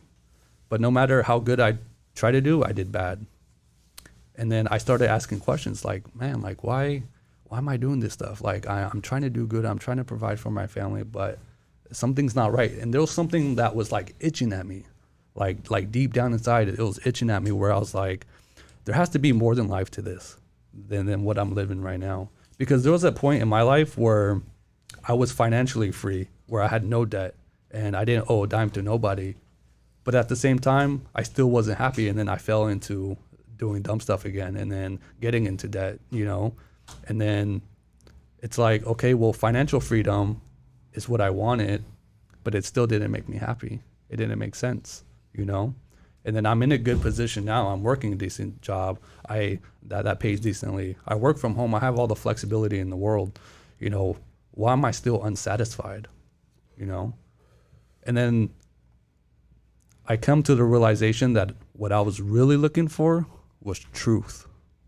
I was in search of truth. And one day I text my sister. I was like, hey, what's a good recommendation for like a Bible to read? Because I want to read it from beginning to end. I need to know more. There's something more out there that I need to know. Like this is not what life is, what I'm doing right now, you know? And then she recommends a Bible, and she's like, hey, can I join you, you know, to read the Bible? So we started doing a weekly Bible study, you know, and our goal is to read from beginning to end. And then as I was seeking this truth that I needed to hear, because I felt like at this point in my life, I kind of have everything pieced together, you know. I feel like I carry myself pretty well. I feel like I'm mature. Yeah, I have a decent paying job. I have a girlfriend. I have a very nice family now. We're all connected. But I feel like something was still missing. There was a puzzle missing. And then one day I'm laying in bed, bro, and your podcast comes up on my feed. And your music starts playing. I'm like, oh shit, this sounds dope. and then I keep watching it, and then I know who the watching are too. So I was like, oh, like even more intrigued, you know. So I started watching it, and then he answered all my questions. Johnny answered all of my questions that I had, like that missing puzzle piece that I was missing, that I was looking for my whole life. He answered it, and like I said, I was looking at myself as trying to be the most perfect person to my standard, and to just fully trusting myself, where I would beat myself up anytime I sinned or did something bad and this and that. But, you know, like Johnny said, bro, like we're already perfect. We're already righteous. God made us that way, you know, and the way he articulated how sin was, the concept of sin, I was never taught that, because like I said, going to church when I was little, they would say, don't do this, don't do that. If you do this, you're going to hell. You know, don't sin, don't sin. So I'm like, in my mind growing up, I'm like, well, shit, every time I sin, I feel like I'm going to go to hell then, you know? And I knew that I wanted to see my whole family in heaven one day. And I actually ended up DMing Johnny, and then we linked up a couple times, and he, you know, he put me on game and showed me all the verses. And when he showed me all the verses, bro, I had chills. Yeah. Like, bro, like this answered all my questions that I ever had in life. It's crazy. And at the time I held a lot of distrust, and I had a lot of vengeance in my mind, wanting to, you know, get back at people who did me wrong or did my family wrong in the past. And I feel like I really didn't know how to forgive. I held on to it a lot. And then there's this verse that stuck out to me, Luke chapter 23, verse 34. Forgive them, Lord, for they know not what they do. And when Johnny gave me the concept of understanding Christ and how God showed his grace on us while he was being crucified on the cross and you know, bleeding, dying, and he still had the grace to forgive those people that were doing that to him, I was like, man, if I truly believe in God, I can forgive the people that ever did me wrong in the past. Absolutely. You know? Yeah. So when I finally understood that, and I finally put my trust in God, he allowed my heart to forgive, and to, you know, to move on from that, to move on from the guilt and the vengeance I had in me. And it felt like 1,000 pounds lifted off my chest, bro. Absolutely. Like, it was crazy. It was, you know, I know there's probably a better way to explain it, but that's how it was for me. I think you're explaining it a perfect way, and that's your way, and that's the way you feel, and you're speaking from your heart right now, brother. Yeah. You know what I mean? And I think this is the best part of this podcast, is this little testimony that you're sharing with us at the end of a podcast that started off a little rough. A couple phone calls were a little rough, you know what I mean? And when you call in right here, dog, we're just playing around, bro. Nobody's trying to be your daddy, bro. Yeah. You know what I mean? Yeah. We clown right here, and if you're not familiar with us right here, bro, then, you know, get familiar, bro, and we're real easy right here, dog. Yeah. But I think this ending of this podcast right here, and this testimony that you share with us, and think about that we're, you know, we know the guys in here know, and a lot of people out there know, bro. Yeah. That these men that we have on here, bro, are for a reason, bro. They're for a reason because we don't have everybody. Because if we had everybody, it'd be a fucking circus, dog. You know what I mean? You know? And Johnny moved us all, and he will continue moving the world as he moves forward. Like he moved you, bro, you know? You know, like these stories and these raw conversations with cats like myself with an uneducated fucking vocabulary and uneducated interviewing skills, just raw conversation. I mean, powerful messages can be caught by this platform, bro. And I'm just, it makes me feel like we're on the right track. We're here for a good reason, not a bad reason. Positivity. There's enough negativity as soon as we fucking turn this camera off and we walk outside, bro. Yeah. That we gotta fucking deflect, bro. Defuse. Yeah. You know, life isn't easy, but if it was so easy, bro, then it wouldn't be, what kind of life would it be, bro? Yeah. You know, be fucking Willy Wonka's chocolate factory, dog. Yeah. You know, and we don't, I don't think we want that, bro. I don't think we need that, you know? And so I thank you again, brother. Yeah. For being transparent, being vulnerable, sharing stuff with us, bro, that you haven't shared with, you know, family members, bro. And I honor this conversation. I honor you as an individual, brother, and you will always be welcomed. Thank you, bro. You know, you got my direct number, bro. Yep. You're always welcome in this house. We family here, bro. When we have these podcasts with these cats, dog. Yep. You know, it's you know, we the bridge is being built, bro. Yeah. You know, and conversations being built. Conversations build bridges. Bridges build passage, rite of passage, bro. Familiarity. Excuse me. Yeah. You know, with, you know, individuals and stories and bridges and so on and so forth. But yeah. I just want to thank you again, bro. This has been amazing, and thank you so much, bro. Yeah, no, bro. Thank you. Like I said, can't thank you enough for putting them, you know, giving us a platform and putting the Hmong people on. And you know, the last thing I do want to say is, you know, pride is the devil, and you know, we're all in a battle right now, and you know, Satan is trying to, you know, feed us these thoughts everywhere we go. And to me, I used to want to be the anchor to provide my family in this temporary life, but now I want to be the anchor for my family for heaven and my purpose in life. I want to do that for everyone around me. So I told Johnny, hey, you need a volunteer, bro? Hit me up. I want to come volunteer. Don't even got to pay me nothing. You know, like you're planting seeds of hope where hope doesn't exist. You know, I'm from, you know, I grew up in the airport district of Modesto where there's barely any hope there, you know, and I want to be able to do that for the people around me, not just my family anymore, because I want to be that anchor to everyone. Olive branches, baby. Yeah. Yeah, absolutely. Everybody give it up for GER. We're out of here. Love you guys, man. Thank you for tuning in. Hit that like, the subscribe.